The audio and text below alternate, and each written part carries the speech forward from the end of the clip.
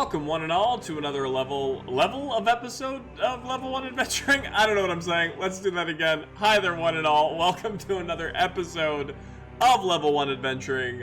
I am your host and Dungeon Master, Wolfe Scott, if you can't already tell by that brilliant introduction, the skill level at which I conduct this stream. You are strapping in tonight for a solo RPG known as 1,000-Year-Old Vampire. It is our sort of Halloween special stream that we are doing this month, but before I go into that, I'm going to do my regular intro spiel, but just so you know what you're signing on for, you got a solo RPG coming your way with some spooky Halloween vibes. Wolfe Scott is my name, I keep forgetting. And if this is your first time tuning into Level 1 Adventuring, what is this? What are we? What is this all about? We are a stream, YouTube channel, a content platform, which is dedicated primarily to role-playing games and storytelling games, both of the tabletop variety, like you're going to see tonight, and also the digital variety. We play like Solasta, we play Baldur's Gate, so we got some digital games going on, but we also play your classic tabletop games. We got big group games like a D&D 5e campaign that goes on, usually Wednesdays, like usually tonight, but when we don't have the head count, we do something different. And I also got solo playthroughs, like this game that you're watching for Halloween and for all of October. And I also have playthroughs of Firelights, Rune, Cypher System, a bunch of different games that you can watch and enjoy. Those are all on here on Twitch, and if you have missed any of these episodes, if they have disappeared from Twitch, they're on the YouTube. Please go follow and like us there. Actually, kind of a cool announcement. We have hit over 200 YouTube followers, over 250 Twitter followers. Hey, Amber, a pleasure to have you. We are just at the cusp of 200 Twitch followers. And there's another thing that everything we're sitting at is around 200 or 250. We're building, right? We're growing. So yeah, it's pretty exciting. So if you are watching this and you have not yet subscribed or liked or followed us on any of the platforms, help us hit 200 and over on everything. But yeah, so very cool times. Also join the Discord. It's where we meme, where we chat, where we talk about all the games we'll be playing. Hey, Fleetwood, happy to have you as well. Oh, okay, we're getting a turnout for this game. Okay, let's go. It's where we meme, where we chat. It's also going to be a play-by-post 5th edition space for the community very soon. So we'd love to have you. Please stop by and partake of all of the content that we have to serve you, to order up for you. Big thanks to everybody who makes the stream possible in terms of all of our flashy, cool special effects and tools. Streamlabs, Stream Audio, Tabletop Audio, AI Twitch Bot, all the fun stuff. We have links for all of those in the description. And if you use them, you obviously get helped out. We get helped out. Everybody's happy. We love to see it. But back to the matter at hand. What are we doing tonight? We are being freaky. We are being deaky. We're sucking blood. We are playing 1,000-Year-Old Vampire. And actually today, this is probably a good idea that I started late tonight because I had some duties that I had to take care of. But I guess it is fitting that I am playing even later tonight because look what came in the mail. Oh, it's the legit copy. It's the book. It is not just the PDF. I'm gonna turn off my my what do you call it? My main screen because I just keep looking at my own face because I'm a vain creature, which is very fitting for a vampire, I suppose. This is 1,000-Year-Old Vampire. This is the hardback version. It is gorgeous. If you do a little flip through, look at all of this evocative, scary art. So you know, if you want to get this game for yourself but you don't want to sit in front of your computer like a big nerd like me, buy this game. Buy this game. You can buy it at a lot of different locations. I believe it does not have one central distributor. I bought it from Deer and Acorn Games because I like a lot of the stuff that they both make and sell independently, so highly recommend it, but it is beautiful. We will be using the digital copy for our playthrough tonight. So in order to make sure that is looking all right, I'm going to go into settings. Look at that! Nothing's broken. We love to see it. So we're going to be playing 1,000-Year-Old Vampire. If this is your first night tuning in for this stream, I'm not going to do a really big in-depth rules over how we play.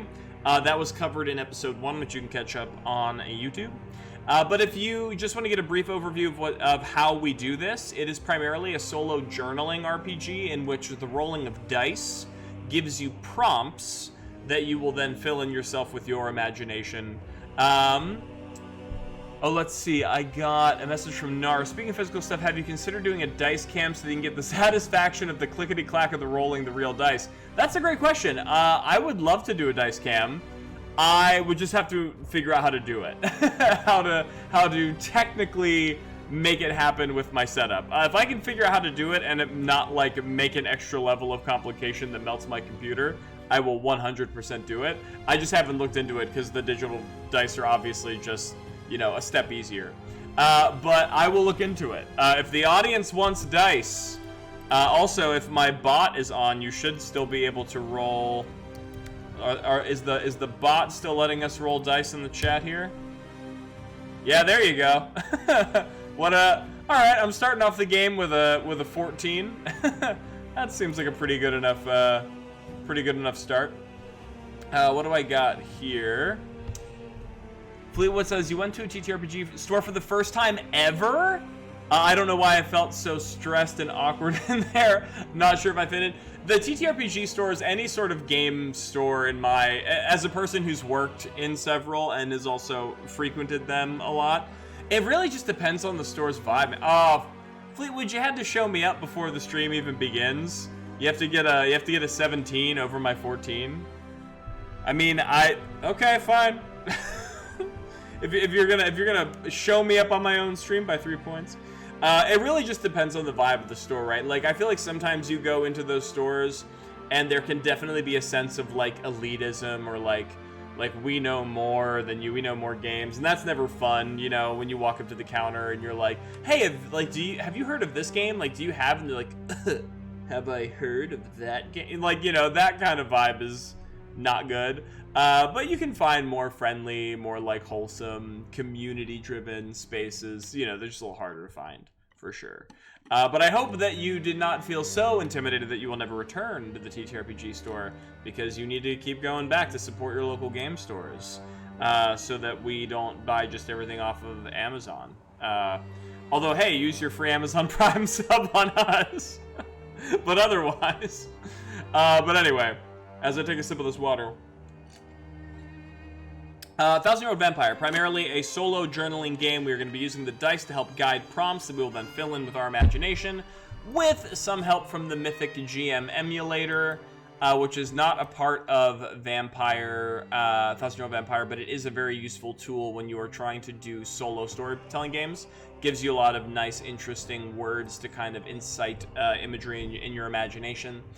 But before we continue from where our story left off, we should take a brief moment into remembering from whence we came, right? So as you know, if you've been following the playthrough, I have been doing a chronology where I keep up by event, what has been happening with the vampire at a large scale. And so I believe the last time we played, we were starting on prompt 10, right? So I'll go back one prompt because it kind of feeds our story a little bit. But if you do not remember, we are Giorin Volkilov. We were simple peasant soldier vampire, serving country for a noble who forced us into defending their lands. But unfortunately, we were beset upon by a rival soldier who was also a vampire when we were mortal. And this vampiric mercenary used us to feed. He thought that we had been slain, but it turns out that we raged against death. We found resurrection through the vampiric blood, and we too became vampire. And that began Giorin's story, yes? We were peasant soldier, turned vampire, and then so on and so forth. But where our story did not begin, but where it left off from last, we met. Giorin found peace from my blood rage in the forest grounds of Morvengrad Wood. Something about the solemn branches and persistent overgrowth remind me of what has been and what may come to pass. So that's where we left off on episode 1. Actually, Gioran ran away to the woods in meditation because he had accidentally fed from one of his family members. That was like the first victim he had once he became a vampire. So that was pretty heavy stuff. So he was in solitude for a little while. Then, picking up from episode 2. A misguided historian seeking eternal life confronts me on the grounds of my old ruined manor, holding my true identity hostage. I cannot allow this rat to breathe my true nature to the public. He is dealt with quickly and ended. The murder of historian Marcellus raises the attention of vampire hunter Anastasia, who calls to arms the people of Morvengrad to lay waste to the forest and my sanctuary there. I survive, but the woods are now forever lost to me. So this is a big event in Gioran's afterlife, because as we're going to see as this continues, the legacy of Anastasia starts here, but it is very far-ranging to Gioran's overall story. Narcissus, I'm so excited. I feel like now I can actually follow along. Fingers crossed that I don't have internet issues. Yes, fingers crossed for you as well.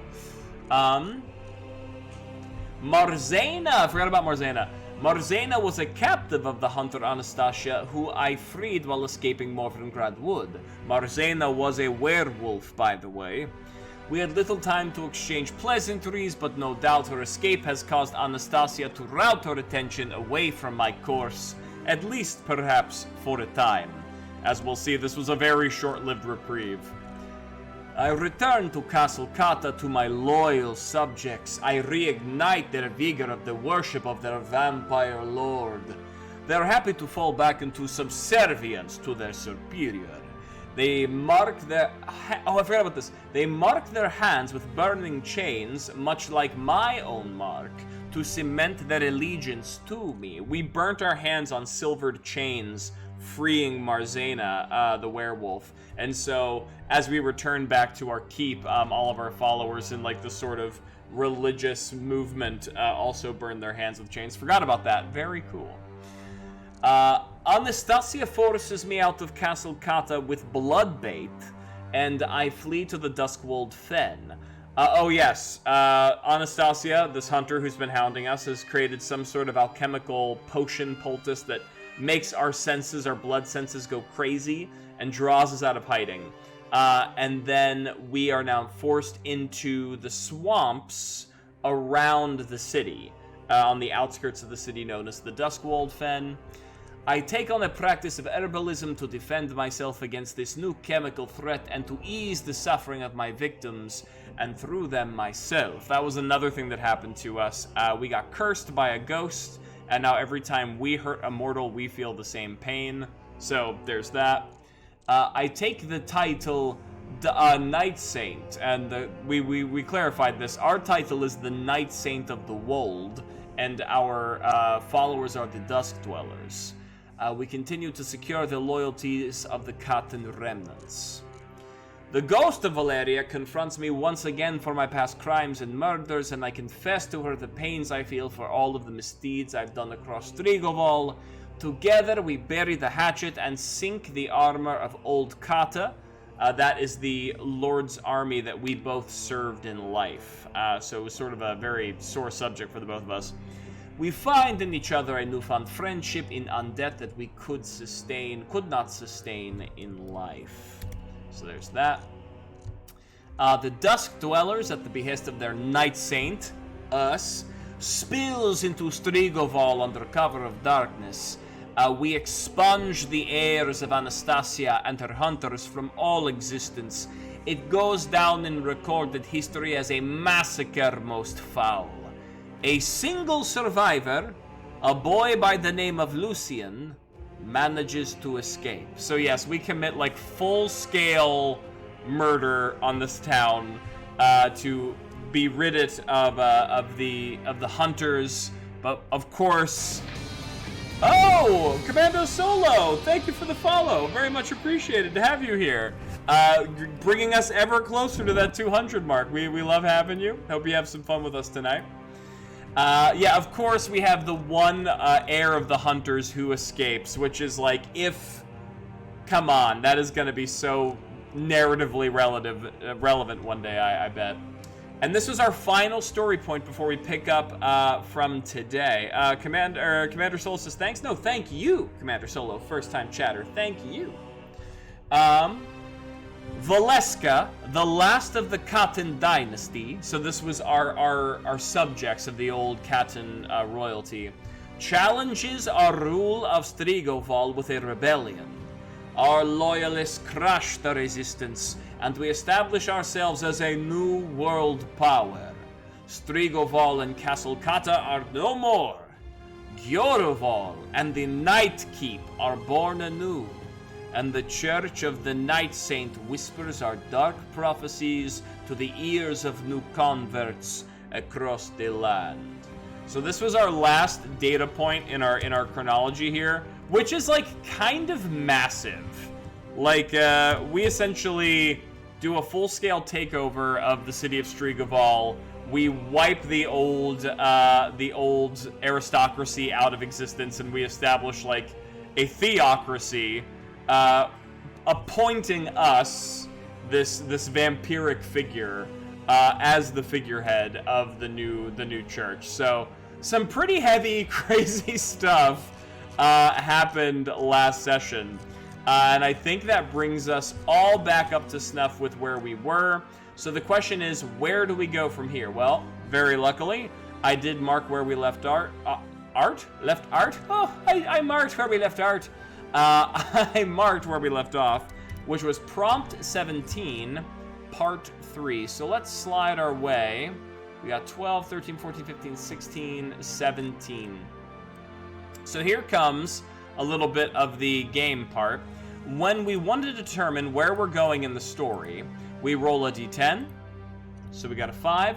And then we roll a d6. I'm going to move the thing over here so you can see it. We roll a d6.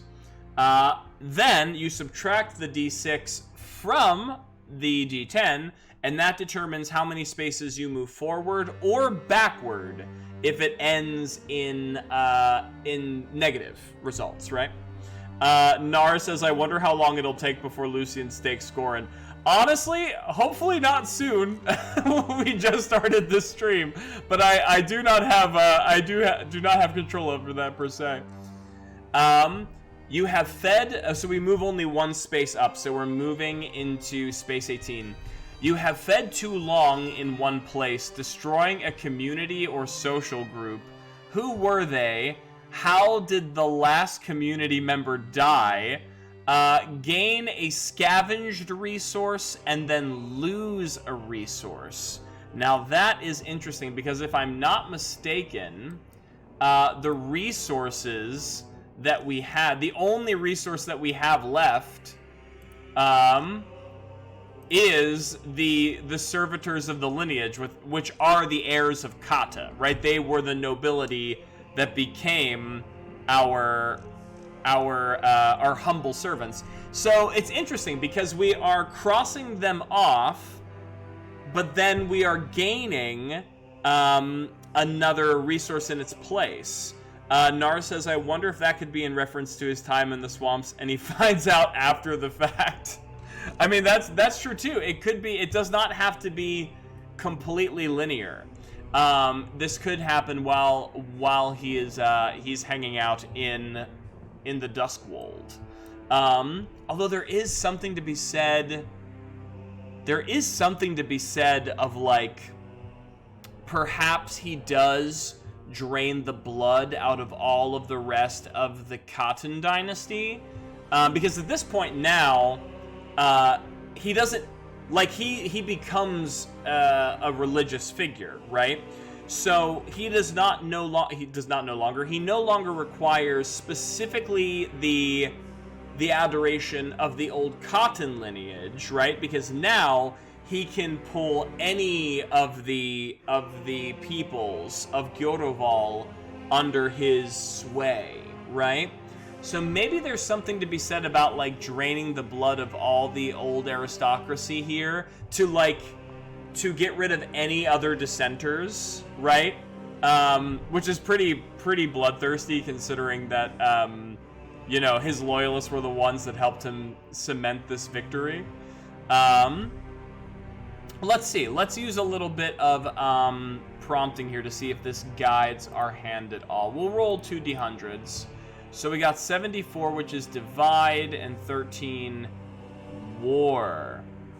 Interesting. Oh, divide and war. Okay. So this actually kind of makes it sound like, ooh, okay. I'm getting a different idea now. What if a neighboring city, right, obviously does not want a vampire lord in their backyard? What if they rise up to try and take us down? Now, we lose the servitors of the lineage in this process, probably due to warfare, and we do have to sustain our soldiers and ourselves with blood, right? But we do eventually defeat the enemy hold, right? And then we can convert them into our new followers in the wake of their defeat, right? I think that sounds kind of cool. Let's find a name. How about... I'm looking at some of the names I had generated before for Slavic, dark fantasy, gothic location names. I'll generate some more just in case we want something a little different. Ooh. The city of Vorlock, which is kind of like Warlock, but I like it. Okay, so before we get too ahead of ourselves, we have to figure out where this memory fits and if we can even fit it within our brain. That's another element of the story. Our vampire can only hold so many memories before things start to fade away, and elements of our experience, our living experience, also goes away. Oh man, we are losing a lot. We might have to commit a new memory to... How many experience slots do I have left? I think the Hunter and the Hunted is full. Making peace with our ghosts is full. Vampiric birth is empty by 1. Spoils of war is full.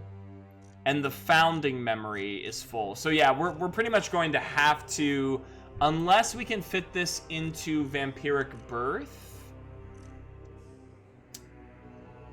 I kind of think this could fit into Vampiric birth in the sense that this is kind of like the first action we take in our ascended vampiric state.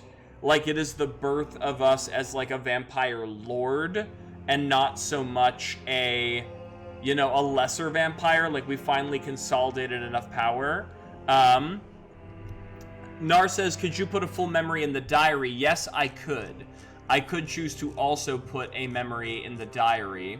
I do have 2 more... I do have 2 more diary entries left that can go there.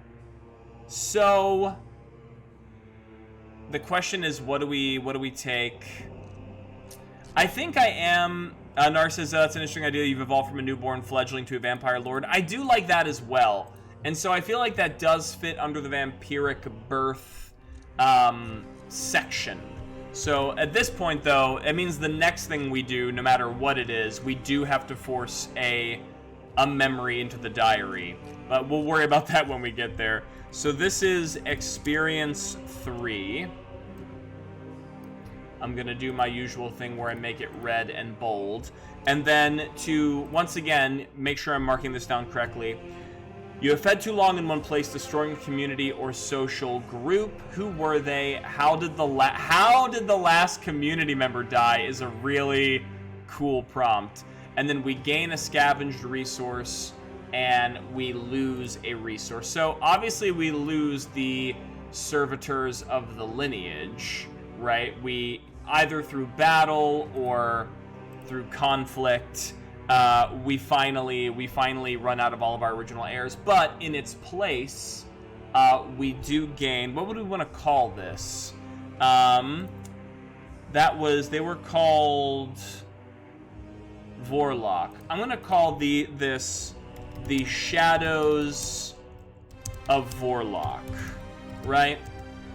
So this is like the scavenged folk of the rival city. And I imagine that, you know, this is definitely a situation where obviously some of them are slain in battle. Some of them we coerce with our hypnotic powers of suggestion or through outright threat. We might even, depending on the prompts that come up later, we could even say that maybe we start converting some loyalists into like vampiric thralls, right? Like under our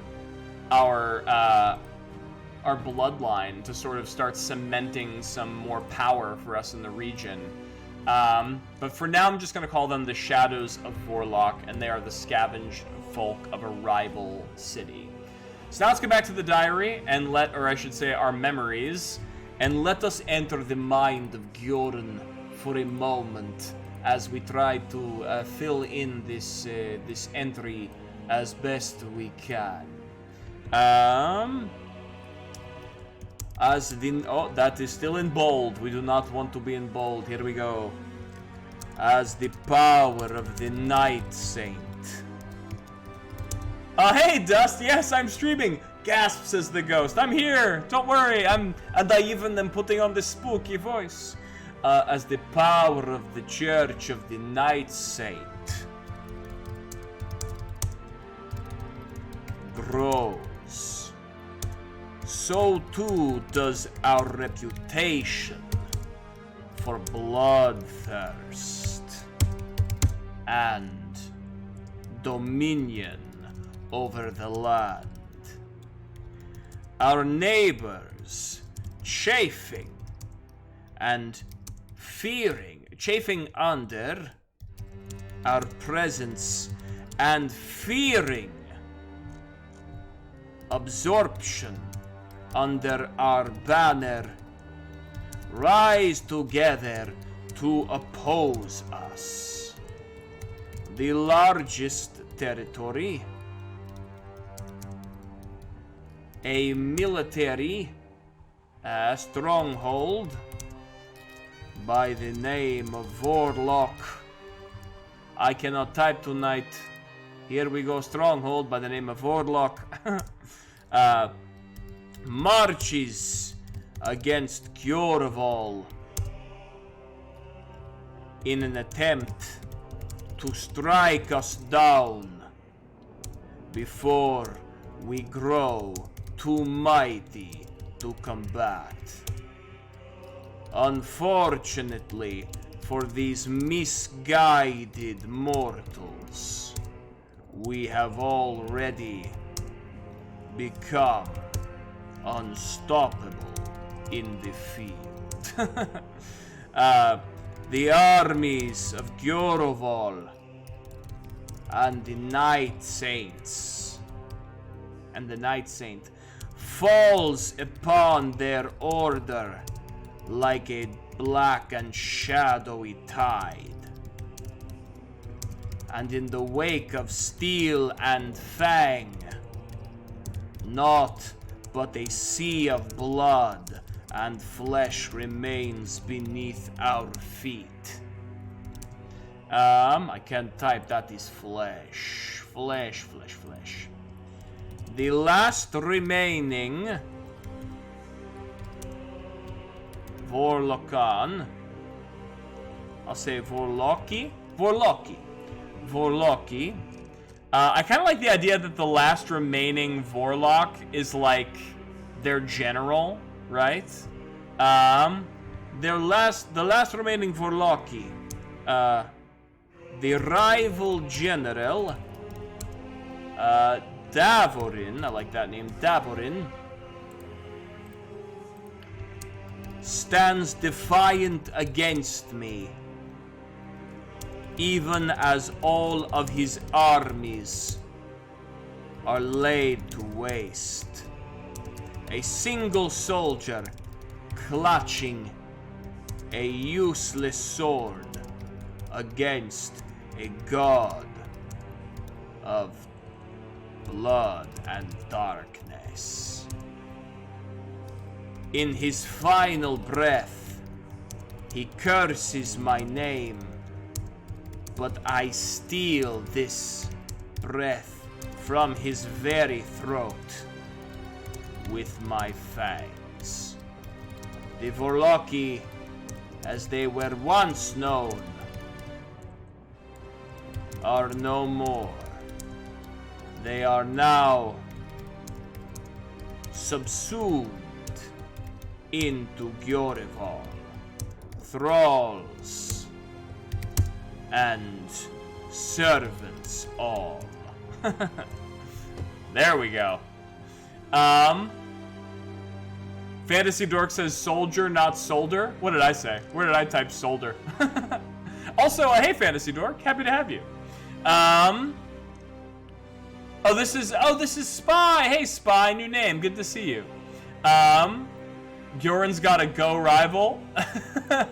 Too much of a reach. I'll see myself out. No, Nar, you can stay. Dust says, I was going to message again when you were going to stream, but didn't think you'd respond. Do the type to leave people on red. It is true. I'm famously bad at being on on top of my messages, but I don't mean it on purpose, Dust. You are loved. You are appreciated. Says, oh, well, have a good stream and take care. Oh, I hope to see you back. Nick Brigadier's here. They're Gjorloki now. They might as well be. Gjorloki. Alright, so that fills our entire vampiric birth moment. So this is sort of, I'm going to write here in parentheses, birth of a vampire lord. So this is really our stepping into full power as the Night Saint, right? And so I think I've done everything I can. Oh, except update the chronology, which actually, that's very funny. My 17th entry in the chronology was prompt 17, and my 18th is 18. That's weird how that worked out. Okay, so what has happened? We have bled dry the rival, what is the word? Settlement of Vorlock, who stood against us in an ill-fated military maneuver. The Vorlocks that were not drained of their essence to sustain the Night Saint were utterly decimated. Their general, Davoric, I believe his name was Davoric. Davorin. Wow, I don't know what I'm saying. A lot of Vins and Vix and Doya. All right, their general Davorin makes a bold last stand, but it is all for naught, and his people stand no chance against our vampiric might. So that was prompt 18, part 1, so just standard. Okay. So now all of our memories are full. We're gonna start having to making some sacrifices, but we will see what happens when we get there. Nar says, do Vorlock have an otherworldly patron? Oh, and thank you, Fantasy Dork, for the reminder. Do the Vorlock have an otherworldly patron? If they did, they were too late. They did not get there in time to do what a patron should do when their subjects are in mortal agony. Okay, brilliant. Let's take a look here. Let's go back to our dice. Let's roll our d10 and let another 5. Okay, that's kind of a mid-range die here. Roll our d6. Wow, so we're just moving another one. So we went from prompt 17, entry 18, 1717, prompt 1818, now 19. We're like kind of going perfectly in step. 2 friendly characters become embroiled in an interscene conflict, become involved and check a skill, create up to 2 characters if needed. How do you profit? Gain a resource. Interesting. Nar says, am I out of resources at this point? No, I just gained one. But aside from the one that we just lost, or we just gained, we did replace in the previous prompt one resource with another. So we lost our servitors. The entire heirs of the Cotton Dynasty were finally destroyed in this battle with Vorlock, but out of the Vorlocki survivors, we did manage to convert many of them under our rules. So we sort of traded one resource for another resource. But now we have an interesting thing where says, oh damn, you're close to out though. Yeah, I am pretty close to out. What about skills? That is a great question because we are going to have to check one on this prompt. So they're all right. We have 3. Bloodthirsty, Deity Returned, and Herbalism. So that is an interesting spread because we're going to have to check one. The real question is, what characters do we have left that are friendly to us? These are our current list of friendlies. We could also create. Oh, we do create up to 2 characters if needed. 2 friendly characters become embroiled in an interscene conflict, become involved and check a skill, create up to 2 characters. So, who would be... I kind of like the idea. How do we profit? 2 friendly characters. I kind of feel like maybe one of the characters... Nar says, speaking of skills, I was going to ask because I was confused. What is the difference between checking a skill and losing a skill? I noticed there were different instances where it was worded one way or the other when I watched the VODs. Good question. It is a little strangely worded. I think checking a skill means it is used, so you can't use it again for another prompt, but it is still around. Whereas losing a skill means it is completely removed from the vampire, but you can't use it again anyway, so functionally they're very similar. I think the only difference between the two gameplay-wise is, like, if there is a prompt that I guess would say, like, you know, reclaim a checked skill or something like that, I believe you can maybe regain use of checked skills. But to my knowledge, once you check a skill, you can't use it, and once you lose a skill, you can't use it. So they're very functionally similar. I think it just depends on how future prompts interact with them, and I just don't think we've seen one that interacts with them. But that is a good question because I haven't really been treating checked skills and lost skills very differently. So I'll probably try and do a better job of marking which are checked from now on.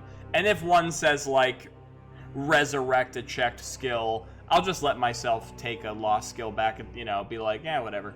But that is a good question. I believe the only difference is if a prompt allows you to interact with a checked skill again. I believe. But this is my first time playing, so I could be very wrong. If anyone is more knowledgeable about 1,000-Year-Old Vampire, then feel free to educate me. But let's see here. I kind of like the idea that maybe one of the characters is maybe like, I kind of like the idea that maybe, actually the 2 characters that we make, as I just said, in future prompts, maybe we turn some of the Vorlocks into, like, vampire progeny of ours, right? So maybe I kind of like the idea that we've created like a vampiric court, right? We're starting to develop a vampiric court in which we are, you know, the head vampire. But maybe some of them now are trying to like power play between each other and maybe try to use some of our influence to gain them more status and influence within the court. I kind of like the idea of that. Nar says, like, I think I remember it said if all skills were checked and you need to do so and didn't have a resource to substitute, then bad things would have to happen. But then it went to say something like if you didn't have any skills and needed to remove one and didn't have a resource. Yes, so that is true. You can substitute skills for resources and vice versa, so long as you have them available. But then if both are gone, then yes.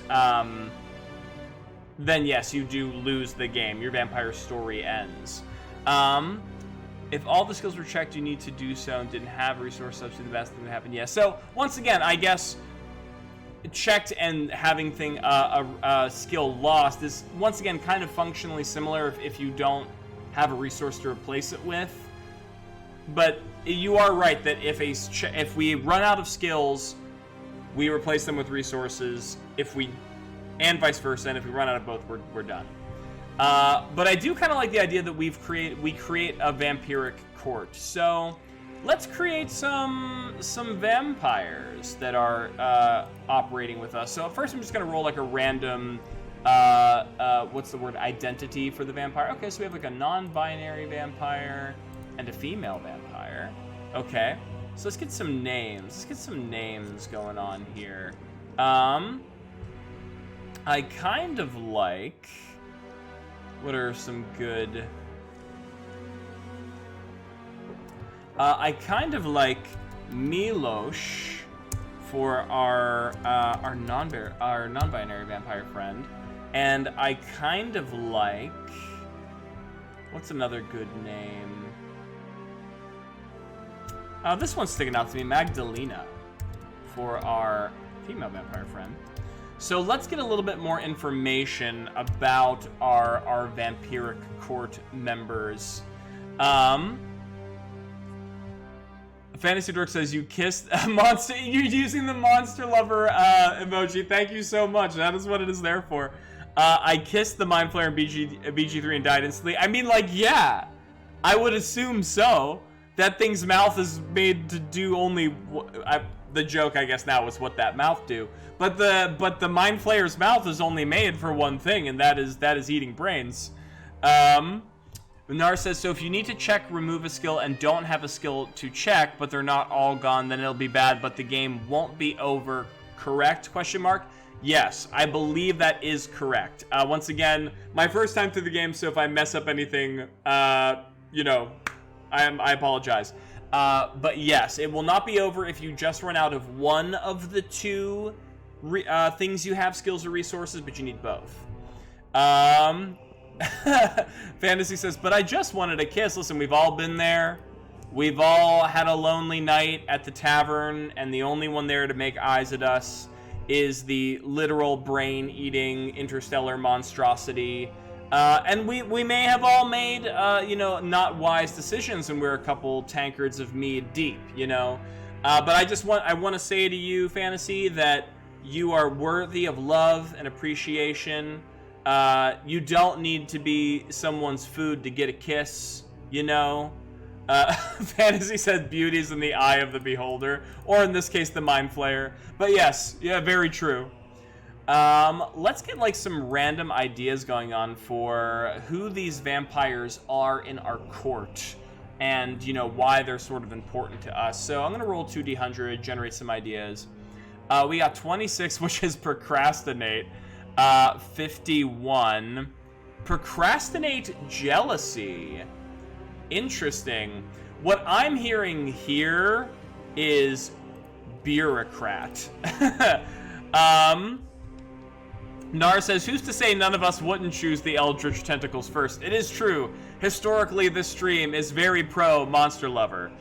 So, tentacles, serve them up. Serve them up, hot and fresh. I'm kind of hearing maybe Milosh was a bureaucrat, like a Vorlocki bureaucrat. I cannot type the word bureaucrat. I'm hoping just what's the word? Autocorrect will fix it for me. Apparently no, I got the word bearcat, so I'm gonna go with bearcat for now until I fix it. So was a Vorlocki bearcat turned vampire. So this is like a true. This was once a mortal noble. So we'll say like once noble mortal. Let's see if I can just, yeah. And then just from their personalities, what was rolled for them, I see this person as very envious, very scheming, right? So what is Magdalena's deal? Magdalena's got 32, which is delay, okay. So kind of similar to procrastinate. And then 40 exterior factors. Interesting. Exterior factors. When I hear exterior factors, I mean, I'm seeing that's probably interlopers from outside of our dominion, right? So that's people outside of Vorlocki and Gyoraval, you know, because we're like slowly spreading our influence across the countryside. So maybe Magdalena was maybe the lieutenant under Davarin, who after we killed her superior, she like knelt to us and we converted her. So she's sort of like a military strategist, who is now very aware, more so than we are aware, of all of the alliances and all of the settlements outside of Gyoraval that would be sort of extenuating factors. So yeah, they kind of each kind of have a similar function, but in a different way, right? Because one is sort of like the bureaucrat, the noble, probably has an idea of political alliances, money, that sort of thing. Magdalena is a lieutenant, Vorlocki, lieutenant turned vampire. Wow, I cannot type tonight. Vampire. And so she sort of has like military skill. And what are some, I see her, I'm feeling like she's very steely, she's very calculating, she's a strategist first and foremost, right? So there's sort of like a non-detached sort of air about her. So Magdalena and Milosh, two friendly characters, become embroiled in interesting conflict, become involved and check a skill. Okay, so what is a skill that I could use here between the two of them? Whoa, 19! Great job, Fantasy Dork. 46, did you just... Is that Fireball? No, that's 66 is Fireball. What spell did you just cast on chat? Let's see here. I'm kind of feeling like... I don't think it's bloodthirsty. I don't think we're trying to kill any of our newly acquired... Oh, it says you... That's okay. The dice, that's part of the fun. They can show up. I don't mind. ADHD kicked in hard. What's the prompt? We essentially are...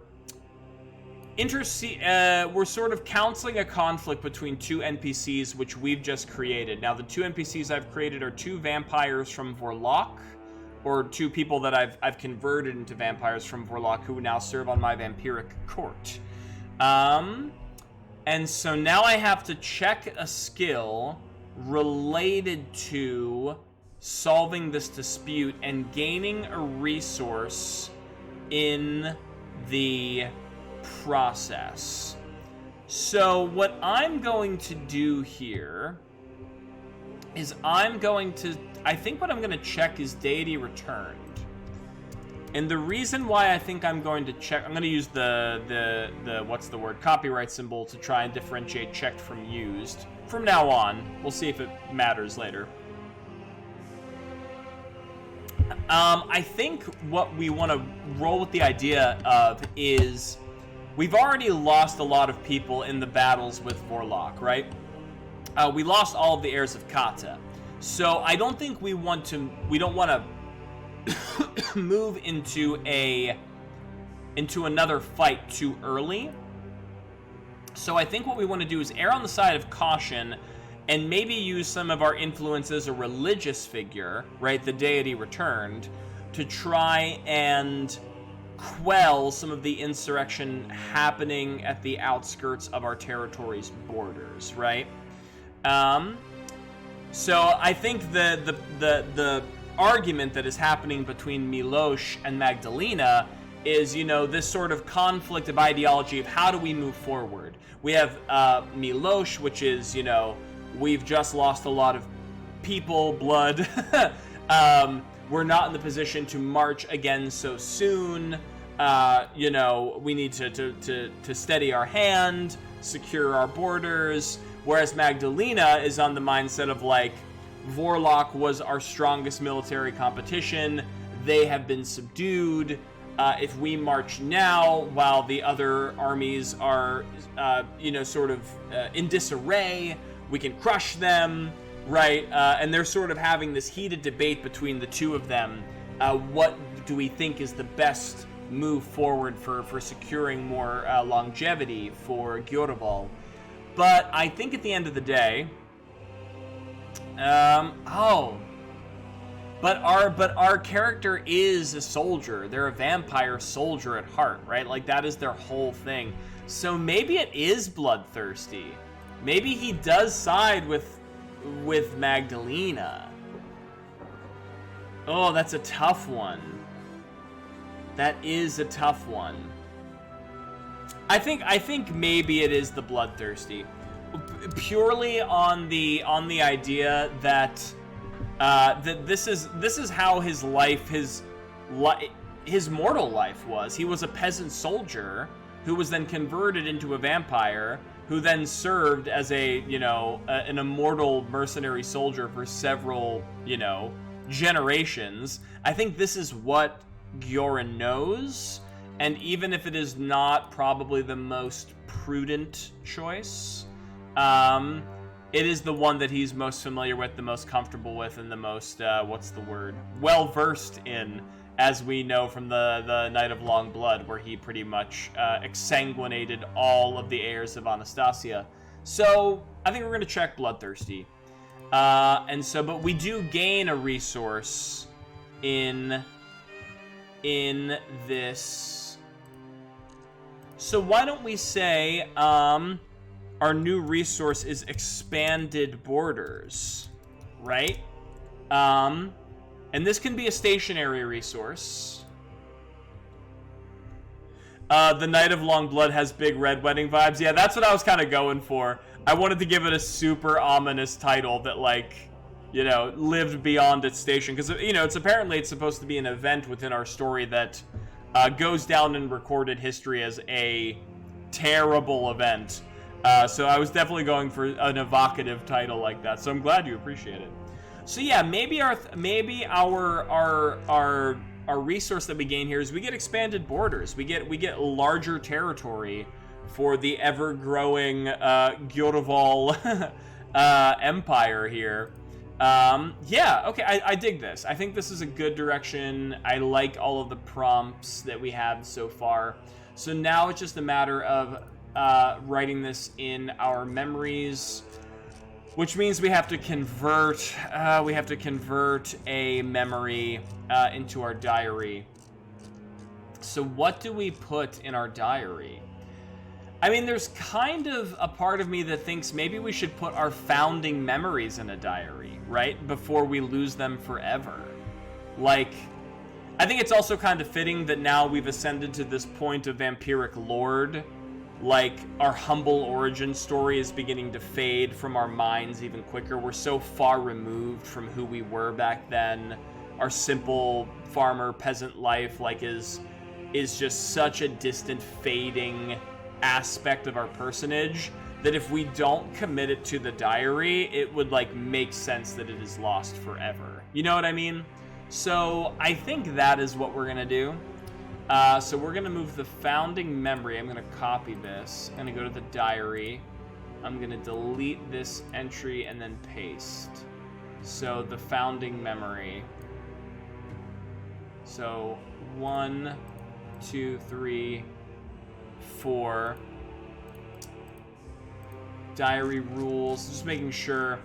A diary can hold up to 4 of your vampire's memories. Yeah, so we have 1, 2, 3, and then we have an open slot. So, oh my god, we only have one more entry in the diary. We're gonna start losing some things permanently.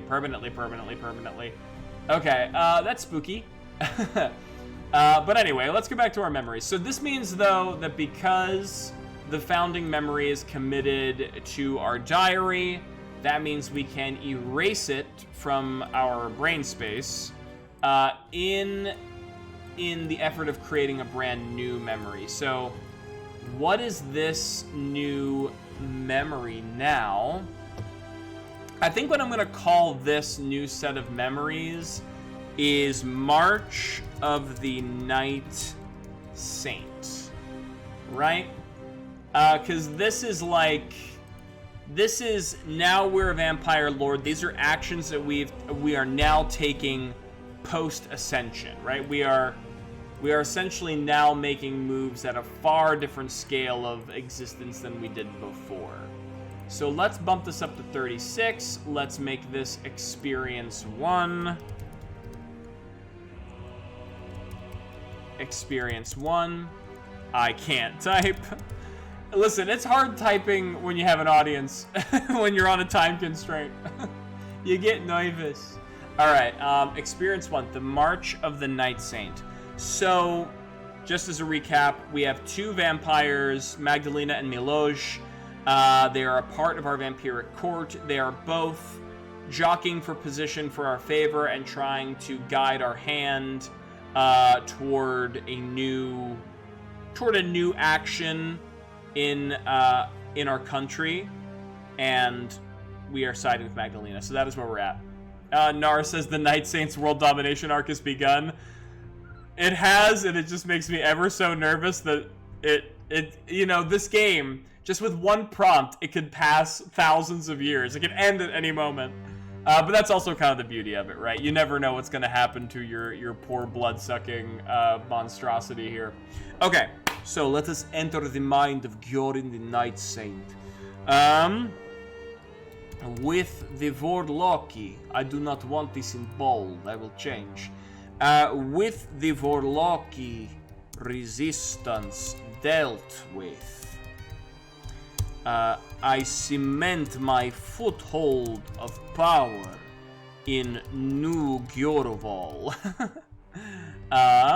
New Gjorval. By turning influential figures from the Vorlocki nobility under my sway, forming my first blood covenant and Vampiric Court.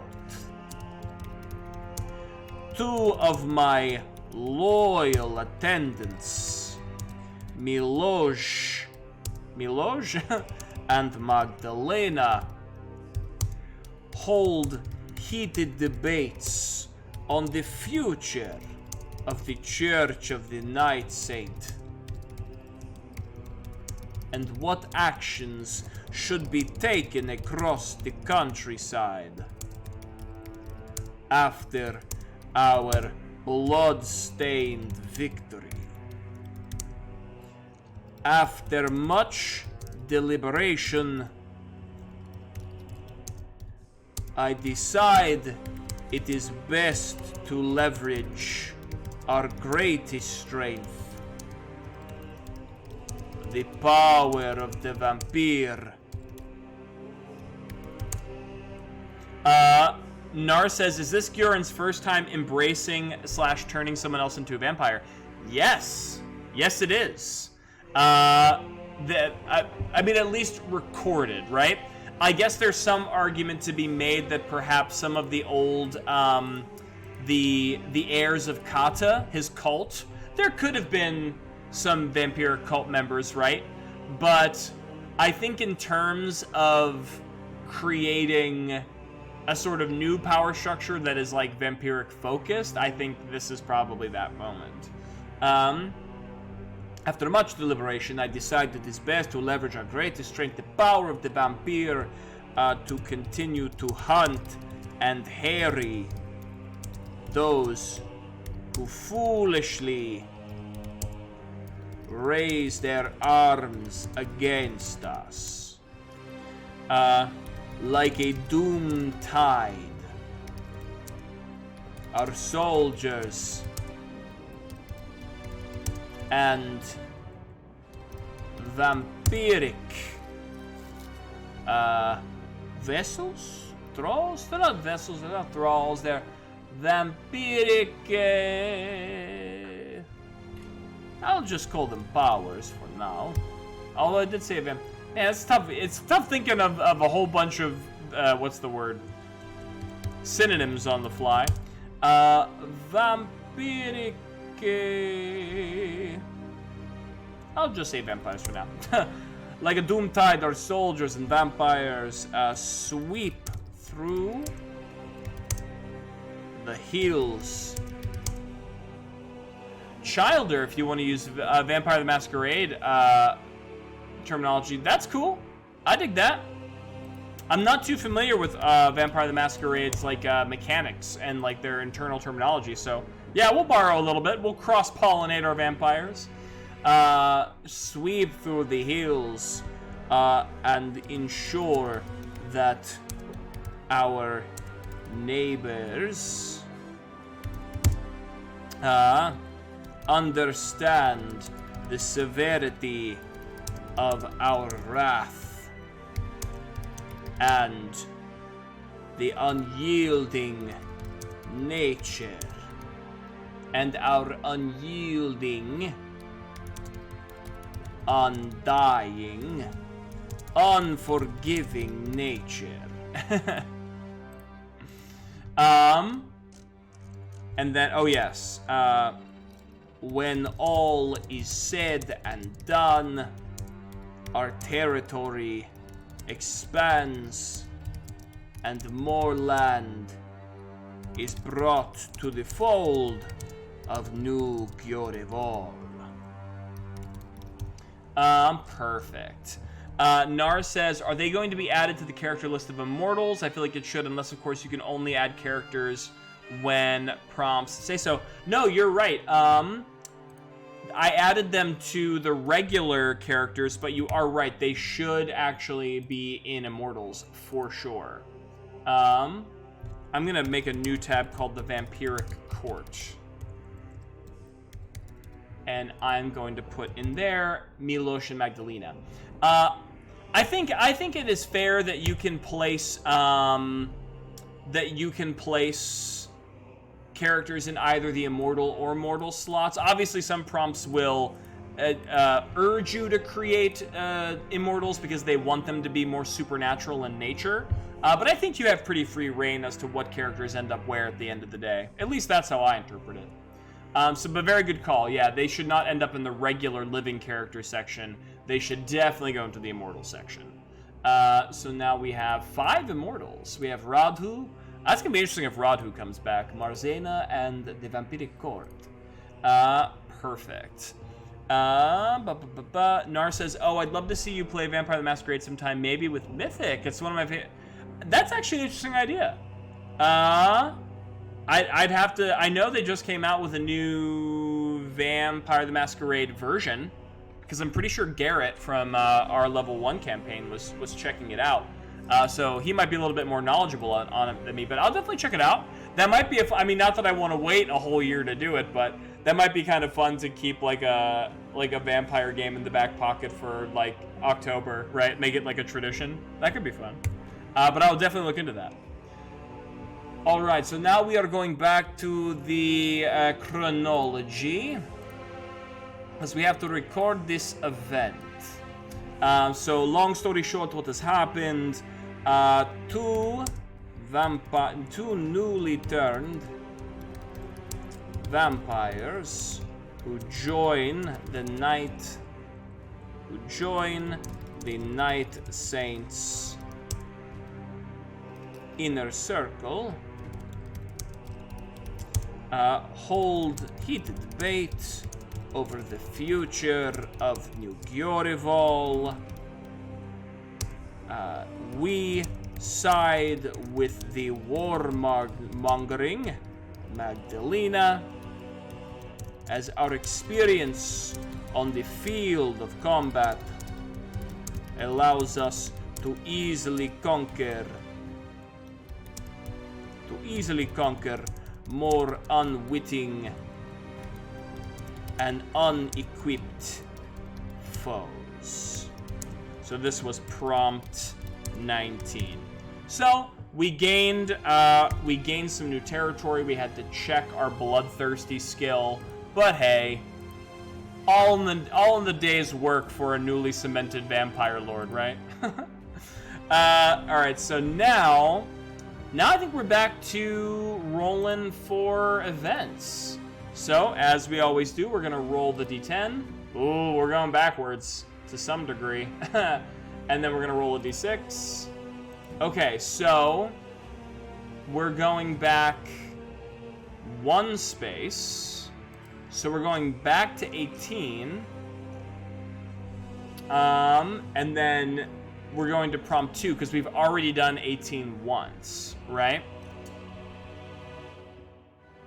Whoa, excuse me. My belly was, what's the word? Rebelling for a moment there.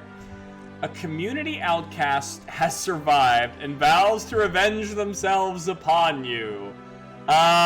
Okay, Lucian. Hey, Lucian. Like, that just screams Lucian. How did you know them? How did they know to catch you at your most vulnerable? Create a mortal character bent on your destruction. Oh, I have to create a mortal character, though.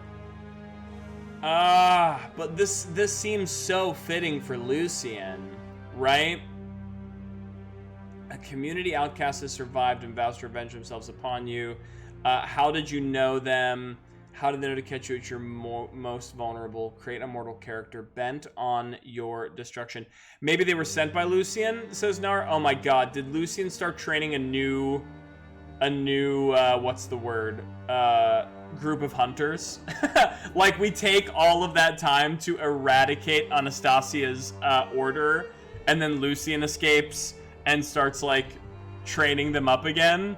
That would be kind of cool. That would also be so annoying considering everything we had to do to get rid of them the first time. But, you know, I think that is an interesting take on things.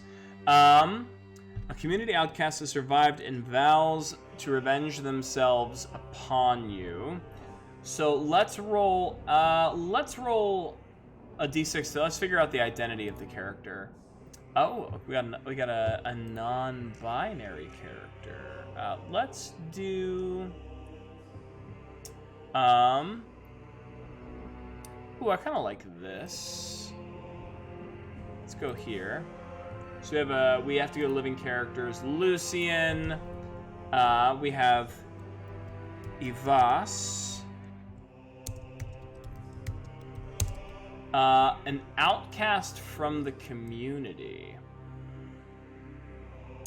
has survived and vows to revenge themselves upon you. How did you know them? This could be, it says community outcast, right? So maybe this is like someone from New Gyorival. Like, this was like one of our vampiric, like, subjects, right? Like, we were lording, we were oppressing them, you know, like using the humans for labor and food, right? Maybe they escape, or they have escaped, and they meet up with Lucian. Maybe Lucian is sort of, maybe Lucian is sort of becoming this rebellious, what's the word, like revolutionary, right? Like sort of finding pockets of the people we're oppressing in Guraval and like turning them to his side to like start like a new hunter order. Okay, I dig that. But how did they know to catch you at your most vulnerable? I guess it would make sense that, oh, maybe they were like a mortal servant, like a familiar within the like the keep, the night keep.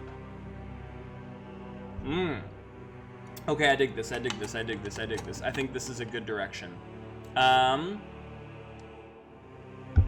So Ivas is a familiar from the Night Keep. A familiar from the Night Keep, and then I'm gonna make another note here. Taking revenge for the subjugation of Strigoval. Yeah, I dig this. Okay, so I kind of like the idea that, oh man, like I'm kind of getting this like imagery of like the familiar tending to like this grand coffin, and like one morning one dusk we like crack open the lid of our sarcophagus, and we see a stake which is right coming down, about to pierce our flesh, and just at the last minute we manage to like catch the wrist and throw them aside, and there's Ivas, right? And so then we like rush over toward them to try and like, lay the killing blow, but that is when they expose like a holy symbol, like a holy icon, and then we have to do the classic like like we back up, and that's how they sort of like flee, right? It's kind of cool. All right, roll to 15. Nice. That looks like a skill check with guidance on there, Fantasy Dork.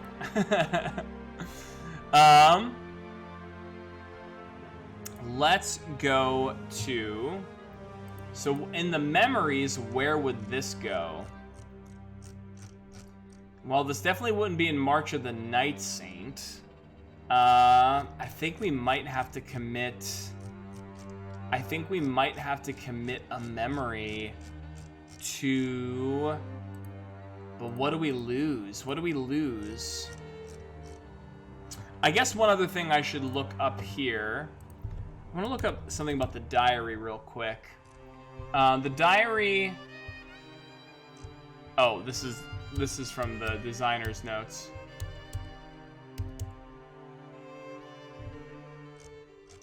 For memories marked with a D. Interesting. And for some reason, it takes you all the way to the bottom of the.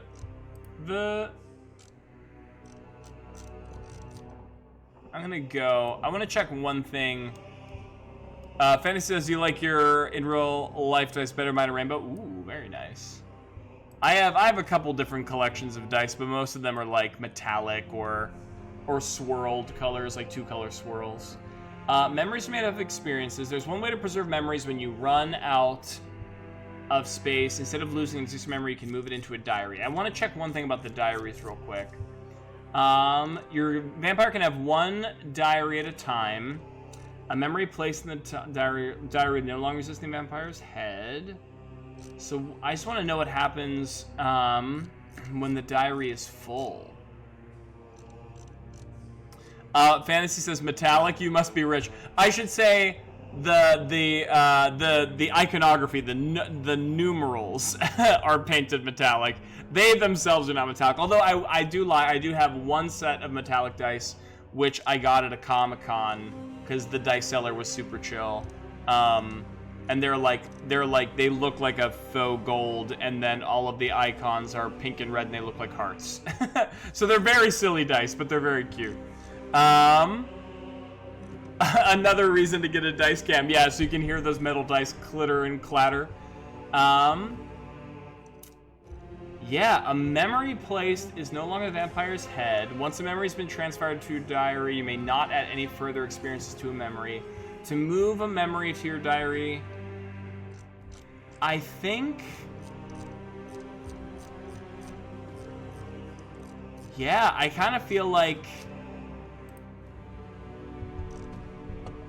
well, we might have to start striking entries from the diary eventually. But okay, so we have to figure out what is moving to the diary right now. The spoils of war, what happens here? During a raid, I steal gold meant for nobles, my time serving. This is where we kill Valeria. And this is, in the time of the great heirs of the goddess serve me, the rituals take new and gruesome forms. The Cottons are kind of gone now. So there is kind of like not a real reason to keep that one around. The hunter and the hunted. Maybe the hunters and the hunted needs to be saved here. Because this is like Anastasia. This is being forced out of Strigobald. This is the Night of Long Blood, which is like a huge part of our history. I feel like this is the one that we need to move into the diary. Which means our diary is currently full. So from here, 1, 2, 3, 4, yeah, from here, anything that we need to lose from the diary is permanent. Let's go to memories.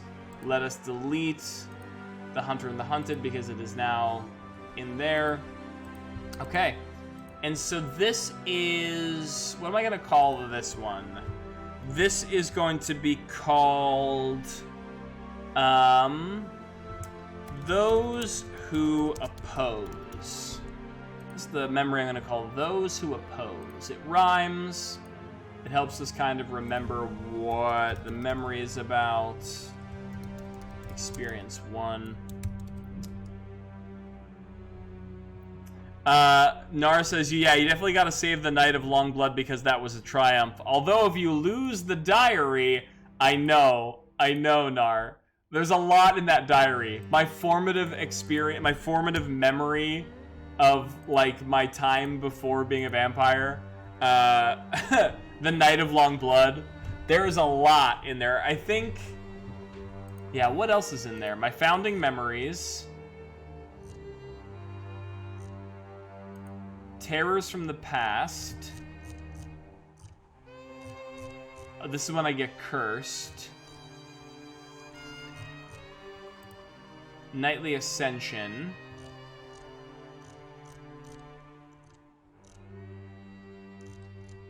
Interesting. There are some things here. Is there any memory that would be okay to lose so that your diary isn't full? Honestly, I kind of feel like it may be more worthwhile to lose some of the things in the diary right now. We'll see how things go. But right now, at least in turn, well, I don't know. It depends on what we like. Some of the memories that are in the diary right now have like sentimental value, or like give us founding knowledge of self, right? But they're not so much tied into like the more prominent events. It's interesting.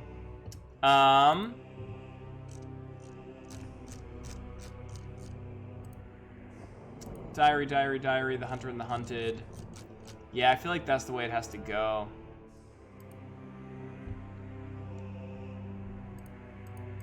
We'll see. It says you can remove memories from the diary. That I actually don't know. I was trying to look. I don't see anything written about it. I assumed maybe you could, but maybe you can't. Because I would assume that you should have some mechanic of replacing entries, but maybe you don't. Maybe we're just here now. Maybe this is just life now. All right, those who oppose. So this is... Nar says, I was asking, not telling. Oh, I assumed so, but I did, to answer your question, and not your bold statement against me, Nar, how dare you. I didn't see anything about removing diary entries. I thought maybe you could, but I don't see anything specifically about it. So maybe you can. Yay. Alright, so let us enter the mind of Gioran and take one last look at our prompt to ensure that I'm doing it correctly. We're what, prompt 18 part 2? Create a mortal character bent on your destruction. Yes, we did that. That was Ivas. Okay. How did you know them? They were familiar. How did they know to catch you at your most vulnerable? Because they tend to us in the castle. Alright, so we've answered all the important parts of the prompt. So now we just have to commit them to the vampire's memory. Alright, here we go. A unfamiliar clatter of noise rumbles outside of my sarcophagus. Before my appointed time of waking. Curious as to what these sounds may be, I throw open the cover of my coffin to reveal a scrawny, pale wrist thrusting downward, a wooden stake in hand. Swiftly, without a moment to spare, I knock away the near-lethal blow and toss aside my would-be slayer. As I rush forward to confront my foe, a sudden wave of nausea, pain, and blindness overwhelms my senses,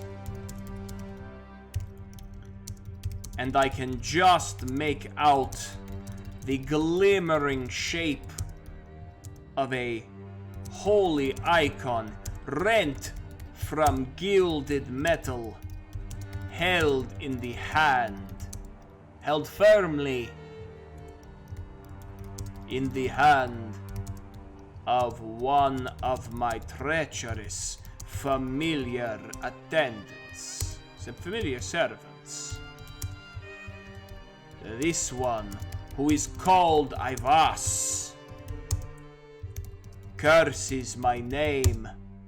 Well, the other guy cursed my name too. Curses. What does Ivas do? Ivas denounces my rule and calls me a villain for the subjugation of their people in Old Strigoval. I have no time to react before Ivas, clutching their divine keepsake, flees from the Night Keep, swearing an oath of vengeance upon my head. So this was prompt 18, part 2. Okay, those who oppose, we have Ivas, the treacherous familiar. I dig this. Okay, so now we gotta add... Oh, we already added Ivas. Oh, we have to add to the chronology. So if we go to prompt 20... There we go. I narrowly avoid death at the head of a stake, held in the defiant hand of Ivas, a treacherous familiar who has sworn an oath of vengeance against me for all of the crimes I have committed against the mortals of this clave city. Prompt 18-2.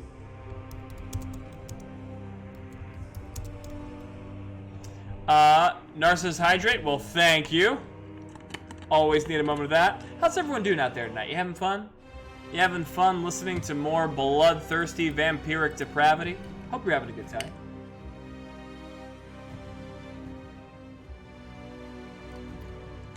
Partially because you need to hydrate too. Listen, share and share alike. Keep it flowing, keep it going, keep it flowing. Too bad it is not blood that I can drink. Alright, so let's see here. I think that brings us back to our prompt time. Alright, first of all, we're going to roll that d10. Ooh, we might be going backwards again. We roll that d6. Wow, yeah, we do big time. Okay, so we roll back 3. So that means 17, 16, 15.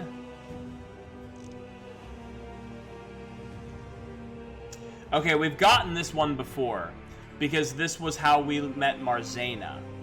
Now, the question, did we ever get 15 too? Let's check the chronology. I'm gonna quickly scan through my chronology here. Prompt 2, prompt 1, prompt 7, prompt 5, 13, 10, 9, 5...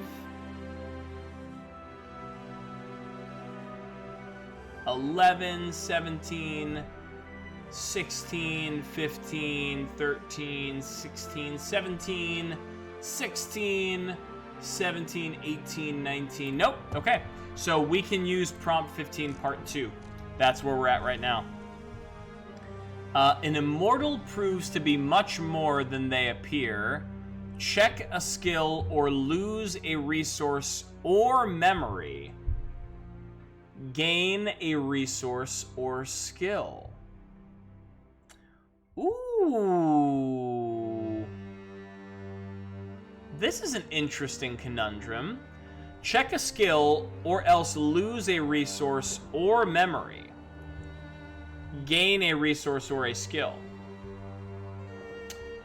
There's kind of a part of me that wants to lose a memory, because I don't want to check skills or lose resources, and some of the memories that I have right now, I'll double check. I feel like maybe some of them can get lost, and then we wouldn't be, let's see, let's check our current memories. That's an interesting prompt.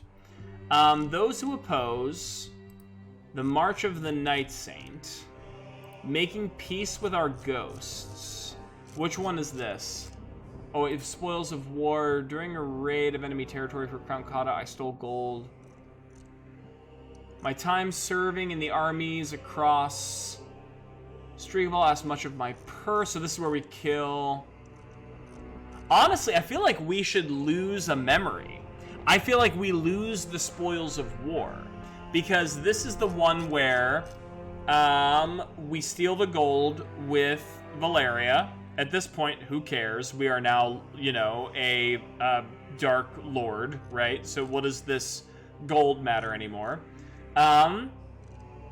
Then, this is when we murder Valeria for stealing from us. Once again, who cares? She's a ghost now, and we've made peace with her. So, if we don't remember why we have a ghost friend, doesn't really matter, right?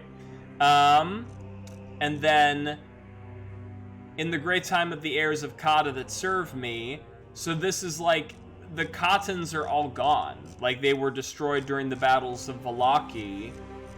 or Vorlock. Volaki. Now Volaki is from Barovia. Vorlock, Volaki. I can see where the what's the word? The generator's getting some inspiration. Yeah, I think maybe losing a memory is the best course of action, because then we'll just gain things that are useful to us without losing anything that heavy. And especially this memory is really, I mean, not the best. So let's copy this and let's put this in things lost. Paste. And then let's go back to memories. Nar says, although that'd be kind of funny, like a friend you've known for so long you don't recall how you've become friends. Yeah, and I mean, like, she's immortal too, so there's also the element of it where she can remind us, you know what I mean? It's sort of like we're sitting here in like our dark throne, like in our resplendent black finery, you know, and we're like, how did we meet again? Gurval, you murdered me. You drank my blood. And you murdered me, don't you remember? And then I cursed you. I cursed you for all eternity. It is not a ringing bell. Can you please, where were we? Was there like a tree nearby? Like, I can't believe you don't remember this. I came back as a ghost because you killed me. It's a very particular friendship they have. Okay, so yeah, I think Spoils of War gets canned, which means we actually have room for an entirely new memory, which is nice and good for us. But an immortal proves to be much more than they appear. So the question is, who is the immortal? And what do they do that causes this strange upset?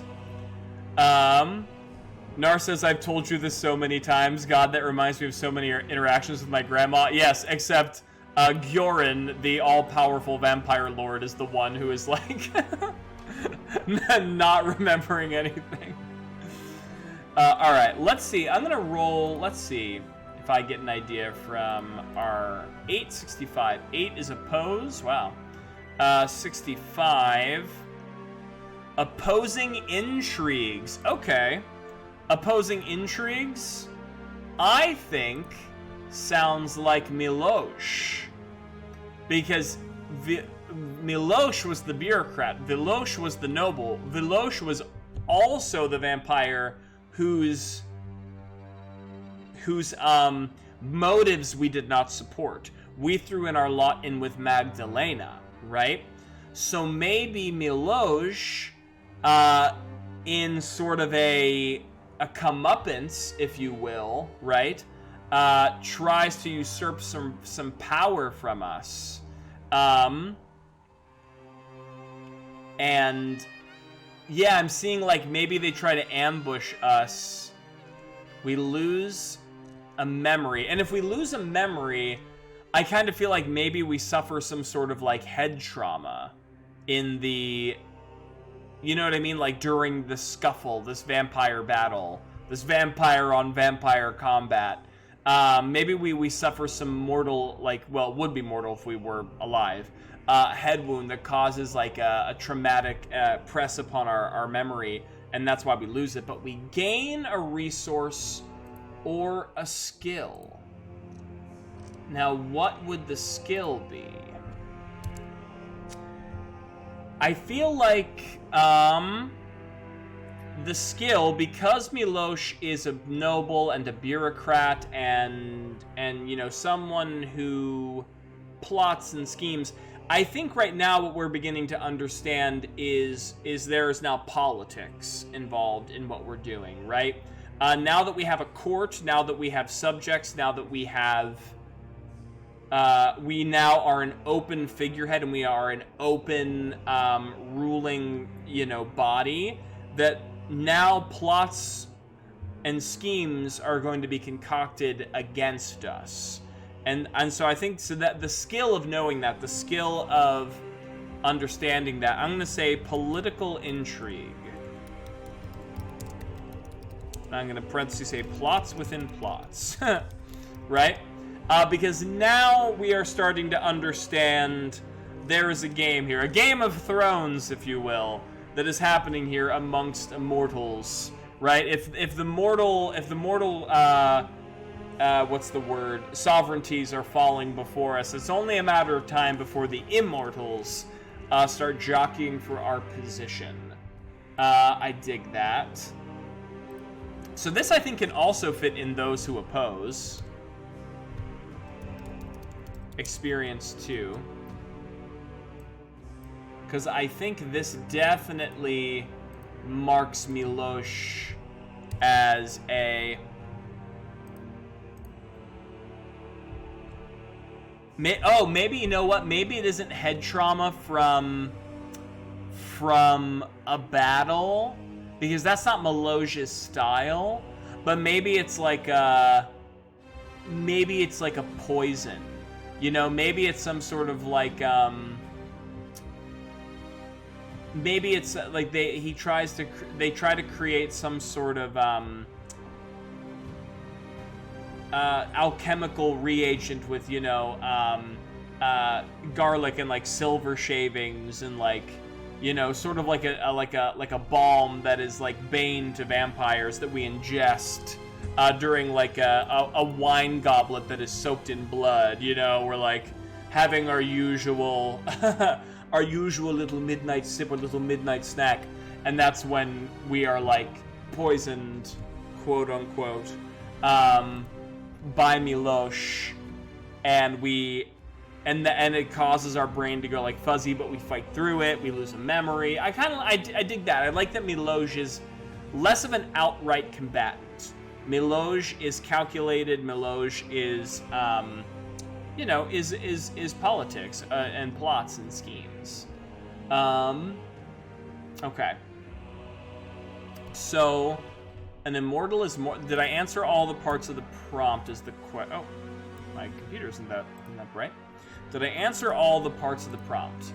An immortal proves to be much more than they appear. Check a skill, or else lose a resource or memory. Gain a resource or skill. Okay, I think I've answered all parts of this prompt. So,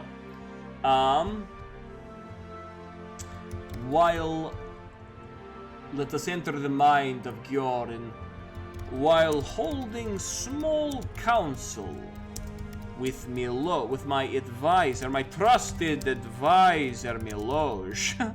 It just keeps getting worse. First it was his familiar, now it's his advisor.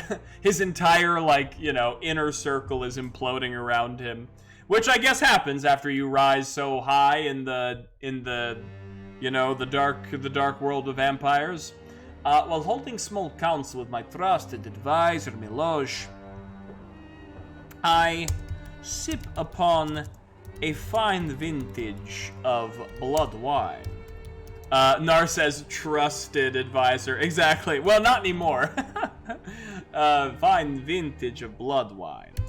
At first, I feel sated and fresh, but a strange turn within my veins and pounding between my temples quickly overtakes me. As I focus my blurred attention on my cup, my heightened senses now detect foul play. Oil of silver shavings, garlic residue, an alchemical poison designed to weaken vampires.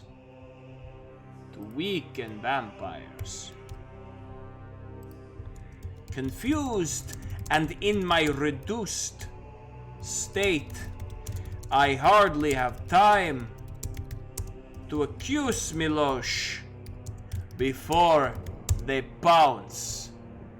The blood is full of colloidal silver. Ooh. That's one way to go about it. I hardly have time to accuse Milosh before they pounce upon me. It appears I have denied their requests and what is the word? Not suggestions and missives for too long, and they desire to take more power in a more direct sense. Even despite my ailment, Milosh underestimates the full scope of power that lives within the heart of a Dark Lord. I managed to turn them away in combat, but not long after, my mind succumbs to the poison, and my sense and my consciousness fades away. When I awake, Milosh has disappeared, but so has a great deal of my vision of the past, of the events that have made me who I am, the faces, the names. They escape me. Now dust, stretched across the sands of time. So there we go. So Milosh tries to undermine us, manages to poison us. Our mind gets addled a little bit, but we fend them off long enough to understand that there are now plots and schemes at our expense brewing. All right, so let's head over to the chronology. Go to part 21. And so this is part 15, part 2. So, wow, 2 back-to-back. We almost got killed by one of our familiars, and then shortly after, one of our attendants, one of our advisors, tries to assassinate us as well. We basically just have a giant target painted on our backs, and everybody wants a piece. All right. While holding small council with advisor Milosh, I am poisoned, and an assassination attempt is made upon me. This member of the Vampiric Court is turned away, but not before a bit of my long fading memory is stolen by this alchemical toxin. So this is prompt 15, part 2. Perfect. Okay. That is that part of the chronology. So we got some new stuff going on with the Immortals. Milosh, vampire, once mortal. I said envious scheming. Yeah, I mean that makes sense. Literally tried to assassinate us. Used an anti-vampiric alchemical poison. So yeah, that's a pretty big no-no when it comes to vampire code. All right, so Milosh is now enemy number 1. Ivas is enemy number 2. Lucian is like the shadow enemy. We don't understand where Lucian is, but I'm sure they're going to come back to some level of comeuppance. All right, let's go back to the memories. I think we're free now to actually move up in the prompts. So let's grab our dice. Let's roll the d10. Finally, we're going to be moving forward. How far, though? Okay, 4 times. So, let's see. We got 16, 17, 18, 19. Wow, we're back to 19 prompt 2 now. Nar says, no one knows when Lucian will strike, but when he does, you know it's going to be bad for Gioran. Yeah.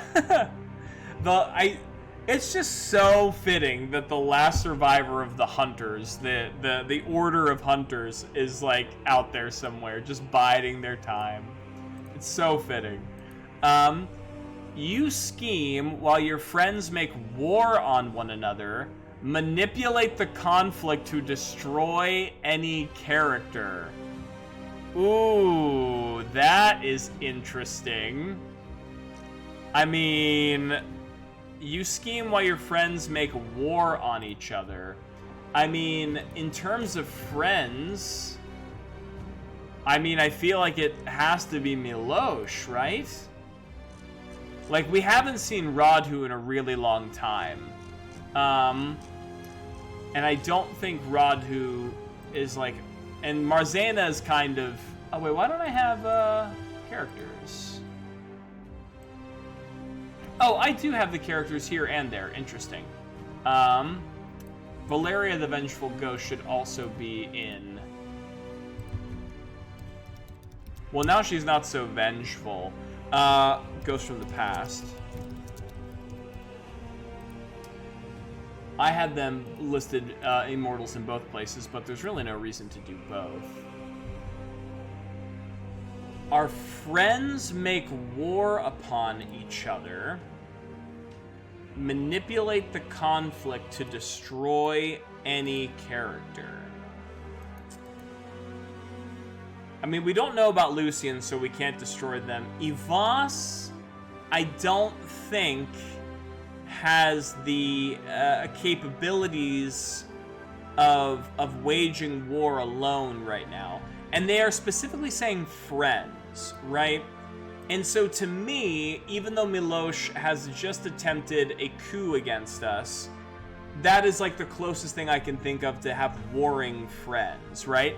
So to me, perhaps this is saying Milosh and Magdalena, because Magdalena was the other friend, was the other member of the Vampiric Court who was warring, who was arguing with Milosh.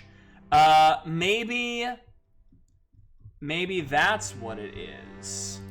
You scheme while your friends make war on each other, manipulate the conflict to destroy any character. Oh, manipulate the conflict? Oh my gosh. Okay, what if because we know our character, our skills, we know herbalism, right? So we could understand the poison that Milosh used against us, right? So what if it was like we poison Milosh back, right?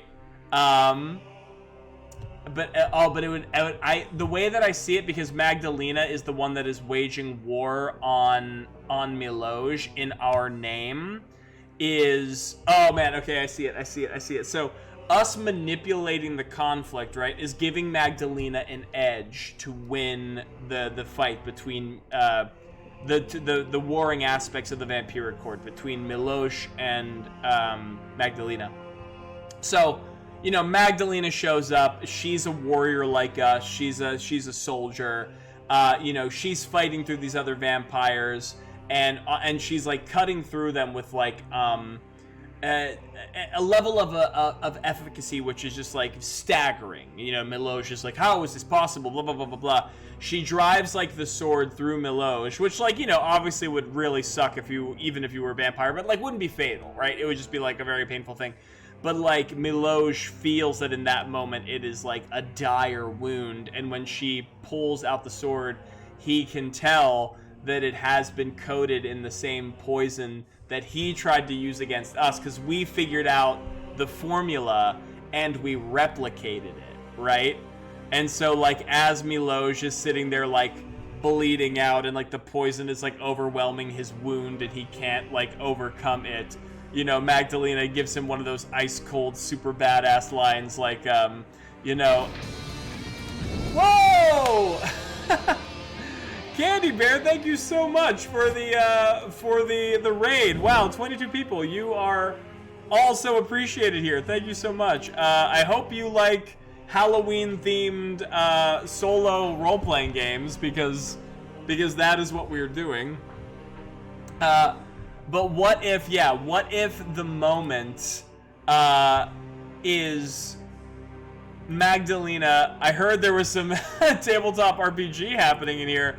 Candy, there always is. Whether anybody asks for it or not, we're here with the tabletop fun. You're just about to see, to hear, ooh, crossover, says Fantasy Dork. Yes, the crossover event of the century.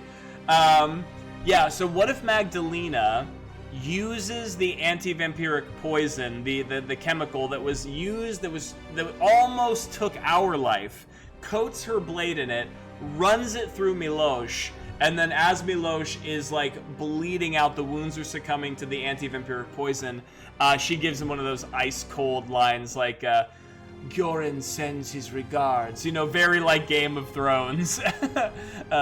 This is a memory from Gyorin to you, Milosh. As Milosh, like, looks up, his eyes sort of blackening as, like, curdling, you know, oily tears roll down his face as, like, that chemical poison overwhelms his undead body. I think that's pretty cool. I think that is the direction we're gonna take this. So we have to go to the memories. And I think this memory is going to get recorded into those who oppose, right? Because this is Milosh, which also rhymes. Those who oppose, whose name is Milosh. Gotta raid and run, Rye. Have a great stream. Thank you. No, thank you so much. I appreciate. Hey, if anybody sticks around to watch some more story, I am so appreciative of you. We here at Level 1 Adventuring, we are a tabletop role-playing game channel primarily, so if you like storytelling games, that is what we're all about. And that's what we're in the middle of right now, a little Halloween vampire story. So let's go to Experience 3. And let us enter the mind of Gyorin Volkilov, the Night Saint. Vampiric Dark Lord of the Night Keep. Let's see.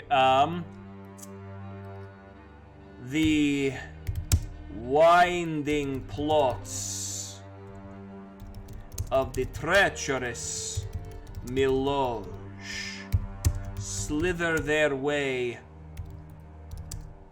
farther into my court, to my faithful court, than I initially anticipated. It appears that other vampires, turned by Milosh and their familiars in tow, seek to oppose the Night Saint. I mobilize my forces, headed by the ever-competent General, she's a general now, General Magdalena, to combat Milosh's, what's the word? Revolution? No, they're not revolutionaries. Traitors, we'll say. Traitors in force. Unbeknownst to Milosh, I have had much time to study the poison that they used to pollute my blood not so long ago. I am able to easily replicate its formula.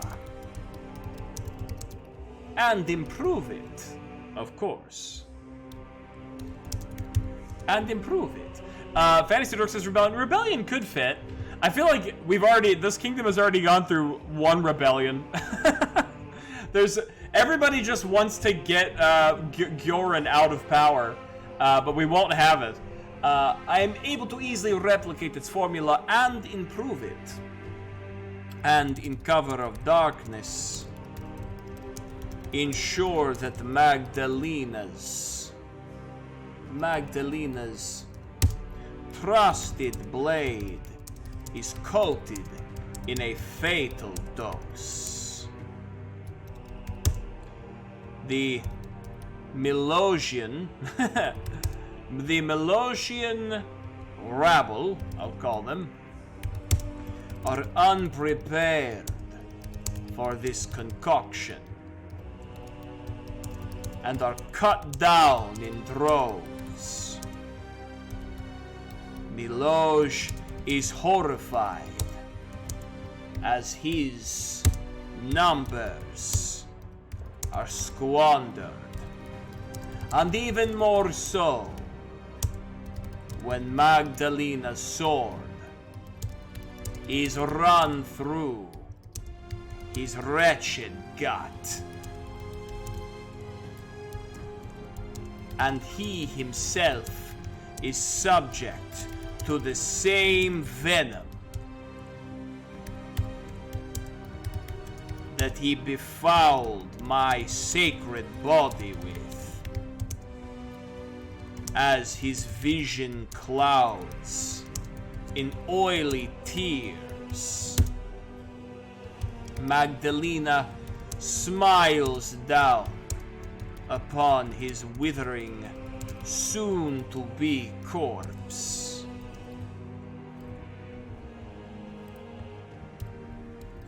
Soon-to-be corpse. The Night Saint. The Night Saint witnesses all sins. That's a pretty badass line. The Night Saint witnesses all sins. These are the last words he hears. Oh, they hear. Milosh is non-binary.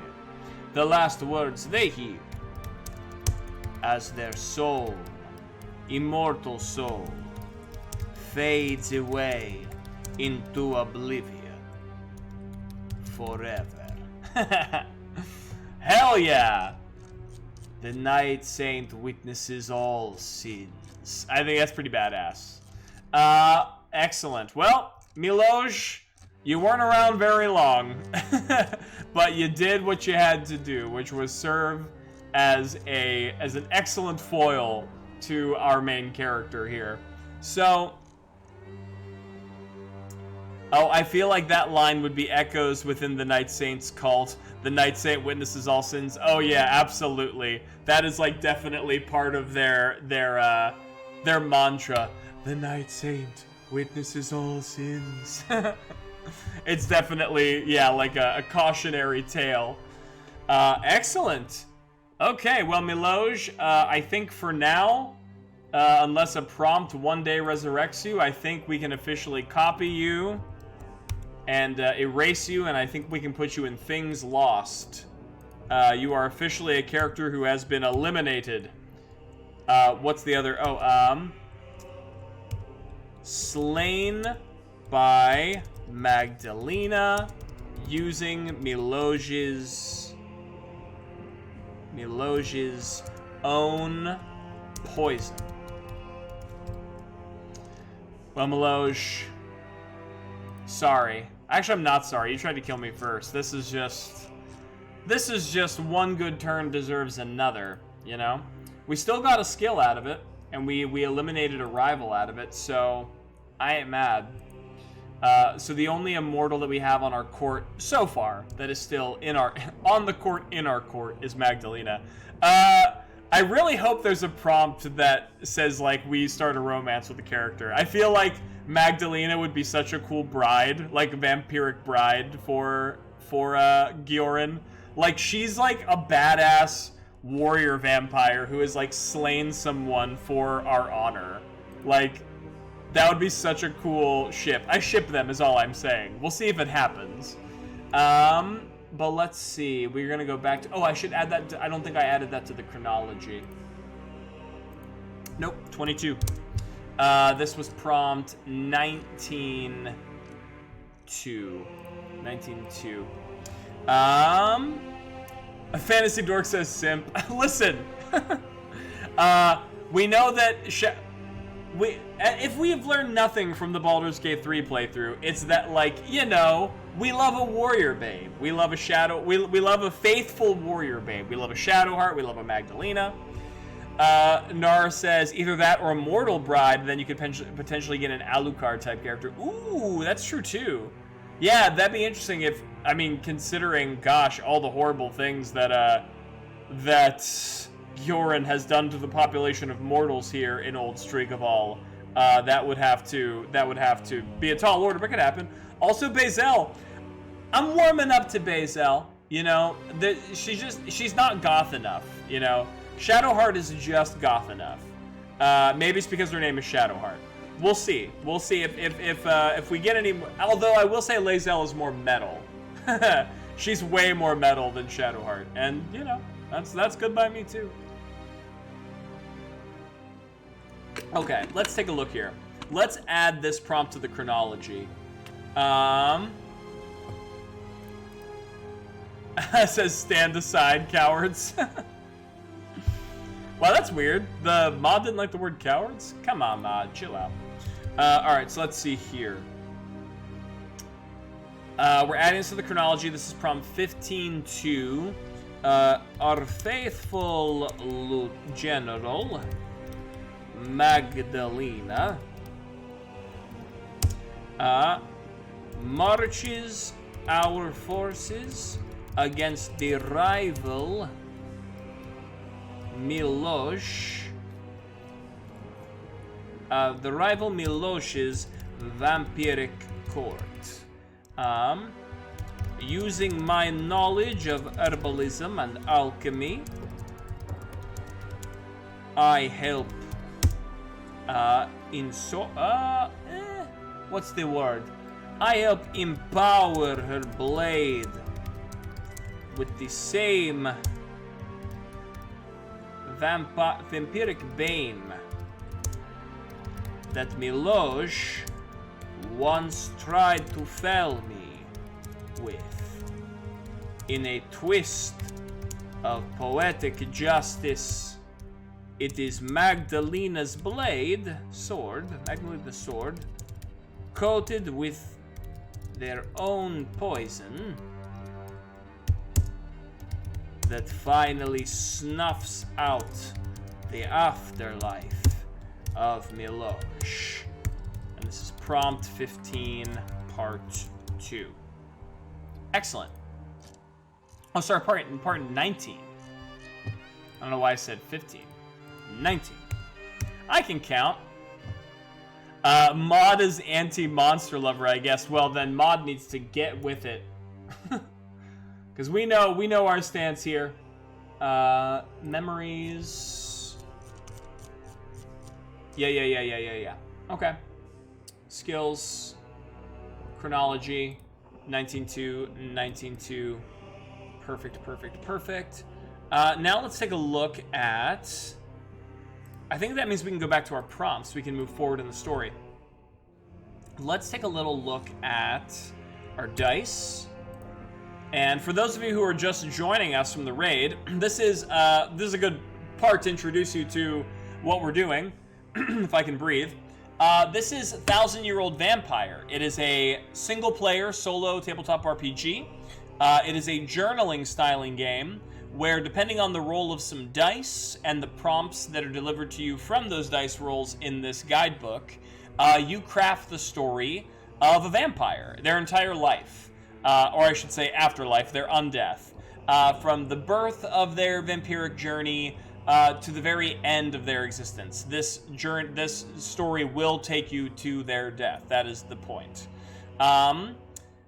If you're interested in learning more about Gioran, who is our main vampire, where his journey began, and how it got him to what you're witnessing now, all the episodes are up on YouTube. That's where we host all of the... and actually, I think some of them are still live on Twitch right now. But basically, if you want to watch any of our gameplay, any of our tabletop role-playing games, or our digital games, if you're into like Baldur's Gate 3 or Celeste or any like the D&D, 5th edition digital counterparts, those are there too. We hope you stick around and enjoy storytelling games as much as we do. I'm Wolfe Scott. I'm the host and dungeon master here. I'm a voice actor. I'm a TTRPG writer.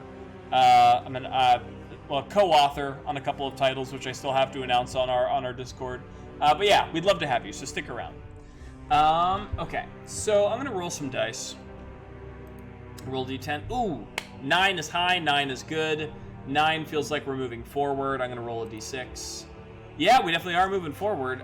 So this is by 3, yeah? 7, 8, 9, 3. So we're at prompt 19. We're gonna go 20, 21, 22. Ooh, create a mortal character. You have shaped them from infancy to be exactly what you want. Lose a resource. Interesting.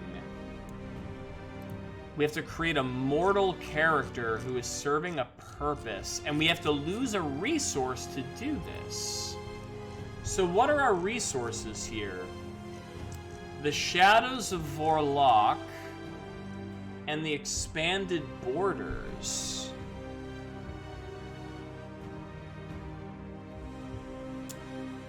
We raise them from infancy for a specific purpose. Let's see. I'm gonna roll. Excuse me here. I'm gonna roll on the GM emulator to see if we get a spark of an idea that can help us figure out who this mortal is and maybe why we would lose one of our resources in their stead. I'm gonna roll 2d100s. I got a 26 and a 41. So a 26 is procrastinate. I keep getting procrastinate. And then 41 is advice. What if I switch the prompt? So if I have expose, ooh, that's a pretty good word. Expose the physical.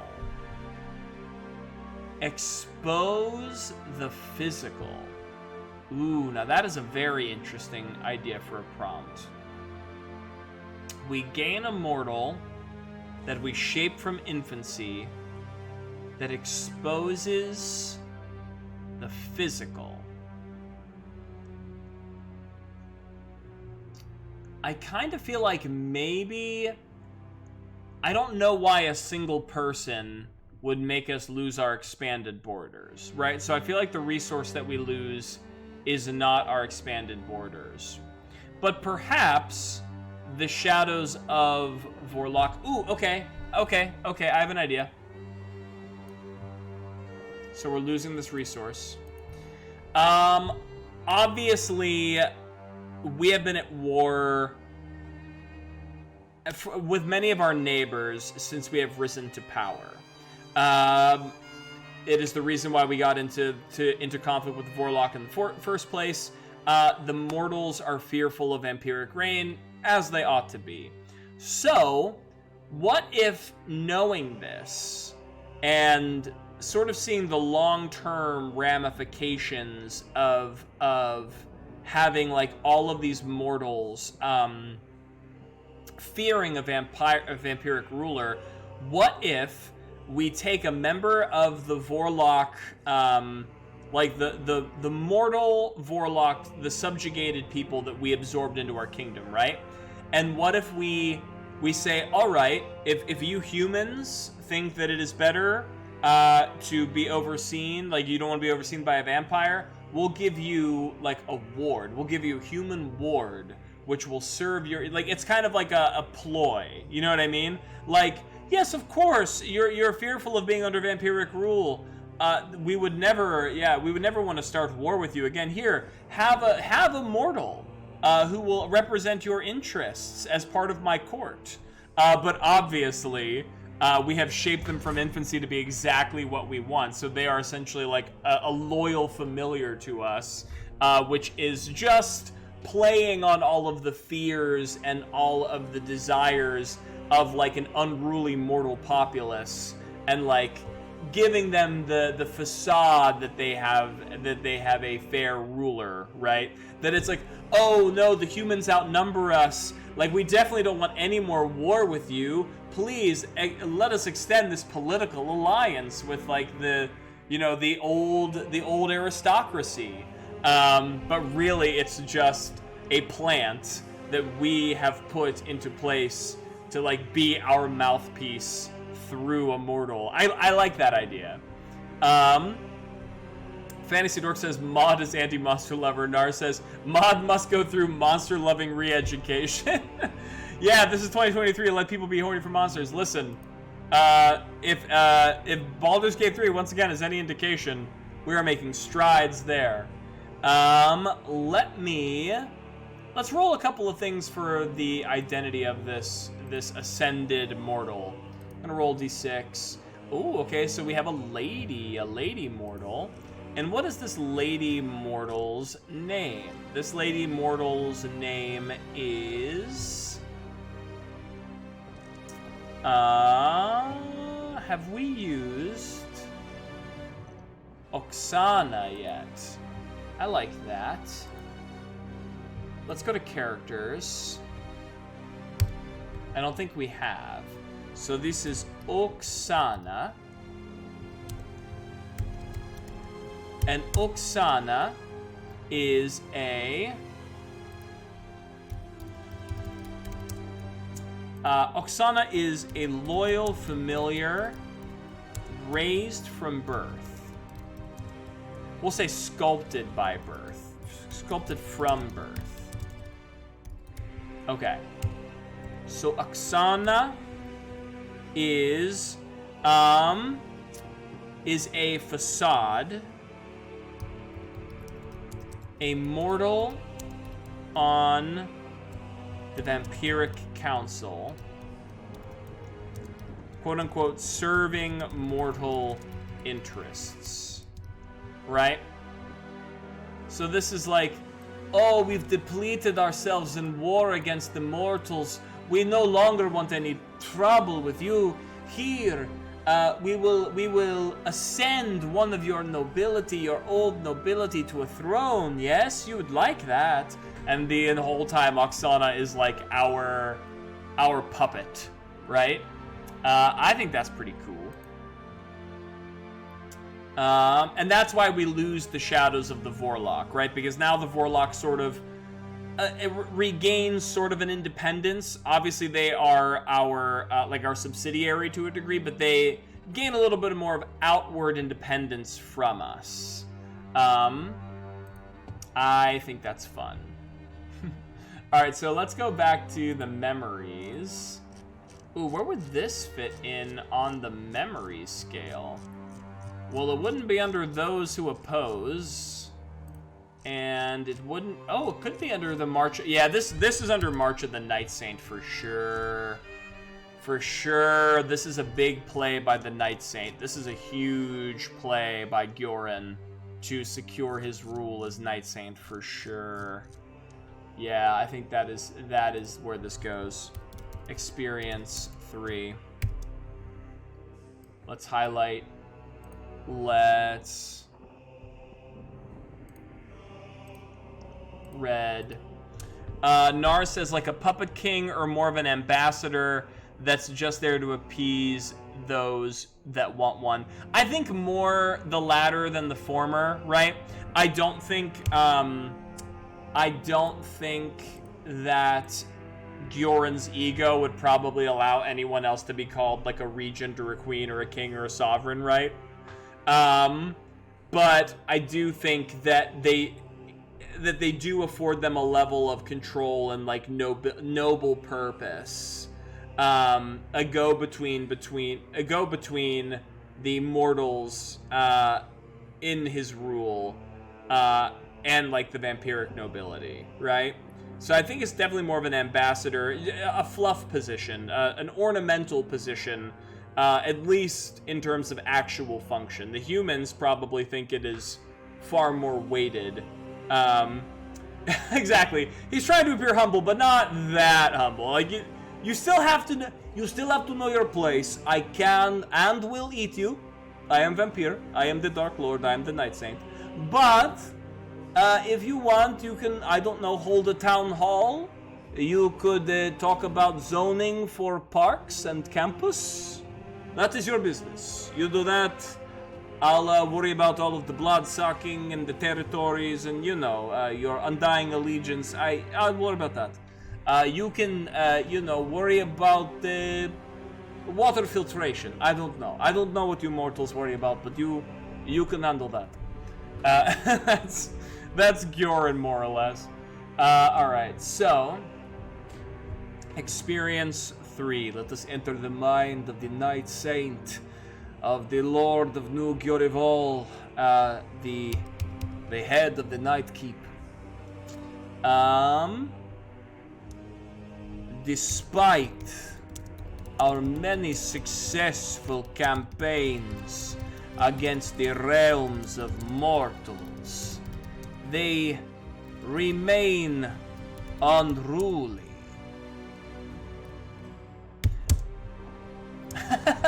Water filtration, Nar says. Oh, that reminds me.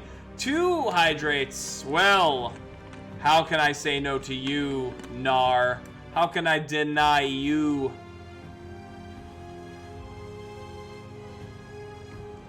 Woo. Thank you, everyone, by the way, who's sticking around to watch more of our special Halloween stream. Our water goods, says Fantasy Dork. Yes, I agree. I don't drink enough of it, but I'm trying to be better about that. Especially with crunchy hospital ice. Ooh, wait, are you? Fantasy, I hope you're not in the hospital. Hope you're doing well. But I do understand that hospital ice is good ice.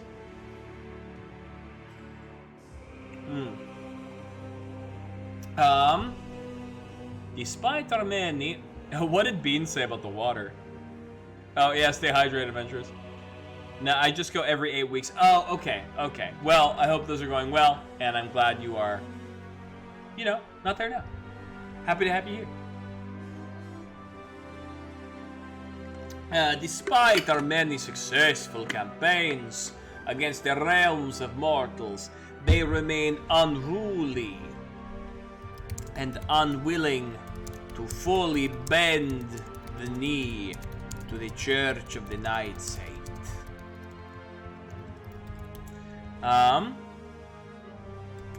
It is through their constant defiance that a new plot is hatched within my mind. One that will take years, even decades, to fully form and bring to fruition. If the mortals desire a ruler of their own, someone to appoint as their representative, I cannot type, for humankind, under the, ooh. Now that I'm thinking about it, it could be that this could be really far-ranging. It could go so far as to Gioran sort of creating this familiar, raising them to enter nobility, right? Then like sort of setting them up to become the sovereign of mortals, and sort of playing out this elaborate farce of like a human resistance. You know what I mean? To sort of make the humans like stop rebelling. Like perhaps it could be this thing where it becomes this sort of coordinated farce of like yes, the humans now have their own sovereign, and they will march against us every once in a while, but they're always sort of slated to take the fall. Like, Oksana will always sort of lead her people to, like, you know, to a wrong fall, but they'll never be fully wiped out, right? So it's kind of creating this constant never-ending circle of, like, oh yes, we are corralled within our walls, and we're safe here, and if we ever feel like we can take on the vampires, we'll march against them, but they'll never actually win, and it just puts them back in this never-ending cycle. Ooh, that is kind of interesting, though. It kind of goes against my initial idea of not letting Oksana sort of rule as a queen, so to speak, but I think it does form a really interesting ploy that could play out over a very long time to keep the humans, the more rebellious humans, the ones who will not fall sway to the Church of the Night Saint, because he's already got those covered. You know, the Night Saint humans are like, yes, oh great, Dark Lord, we will obey you. It's the other ones he always has to worry about. It's the other ones who are birthing hunters, that are the other ones that are trying to stab him in his sleep. So it's like, yeah, sure, go join the kingdom of humans. Go, or the sovereignty of humans. Go be led by Oksana. What a noble queen. And the whole time she's like on our payroll. I think that is cool. I think I might go with that instead. Okay, so where am I leaving off in this narrative? It is through their constant defiance that my new plot is hatched within my mind, one that will take years, even decades, to fully form and come to fruition. If the mortals desire a ruler of their own, someone to appoint as their godsend for humankind, under the oppressive rule of the vampire, then who am I to deny them? Over a great many years, I shape a mortal servant, a familiar, in the spitting image of a noble of great bearing and import, named Oksana. She eventually raises her station and rallies the insubordinate humans into a fledgling sovereignty.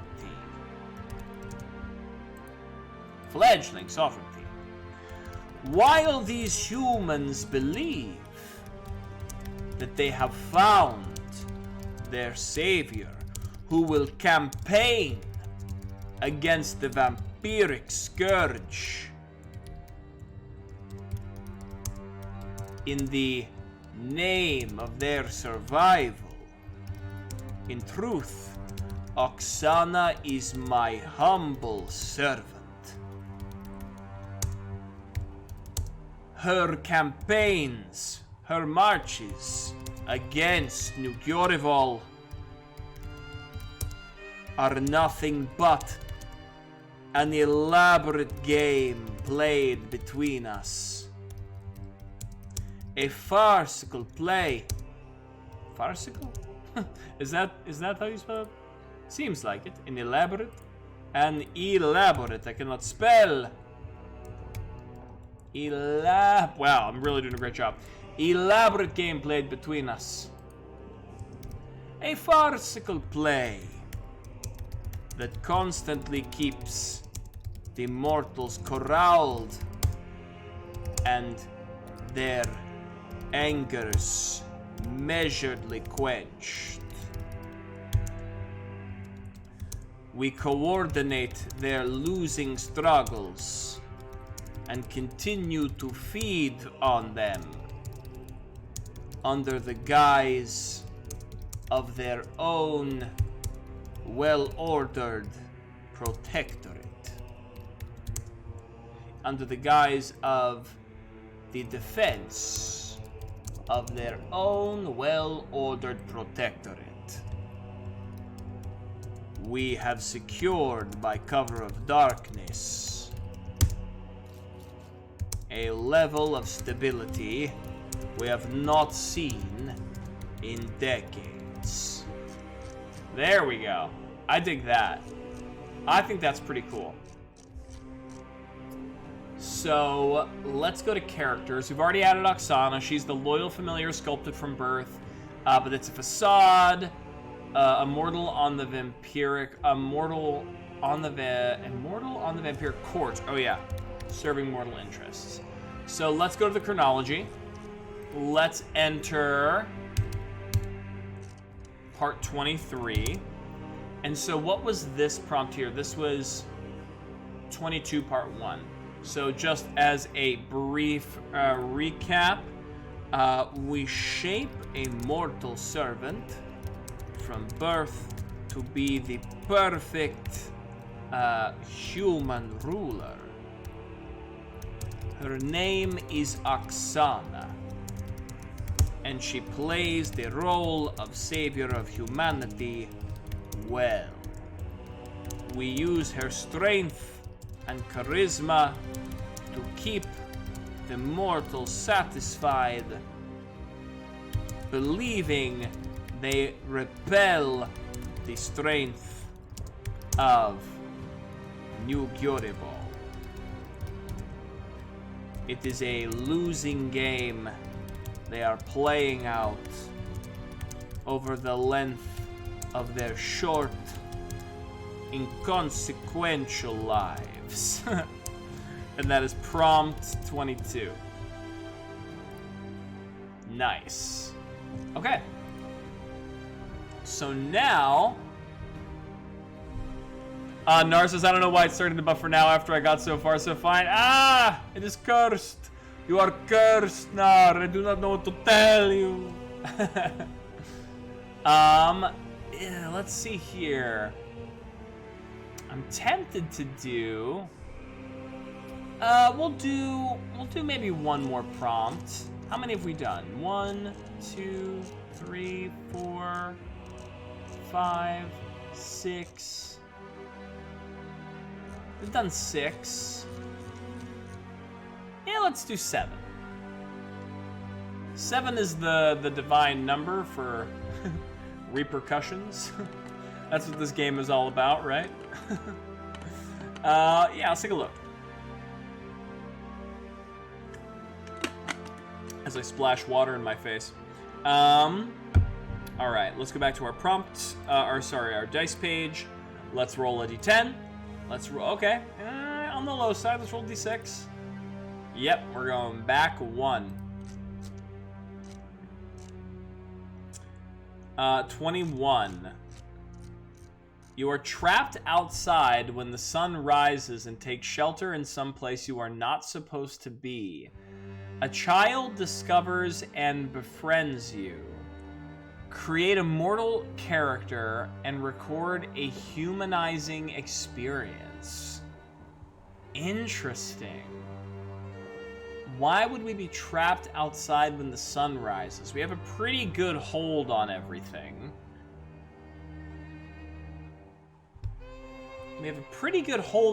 So there really should not be a lot of reasons why we would be outside. Let's use our handy dandy GM emulator to maybe give us some ideas. So I'm gonna roll 2d100s. I got a 13 and a 3. So decrease environment. Decrease environment. What if I flip that around? We have neglect, war. Neglect, war. I think we might have more to do there. Because we've already talked about how we're sort of playing out this elaborate game of battle between the sovereignty, Oksana's sovereignty, and New Gyorivol. So perhaps this is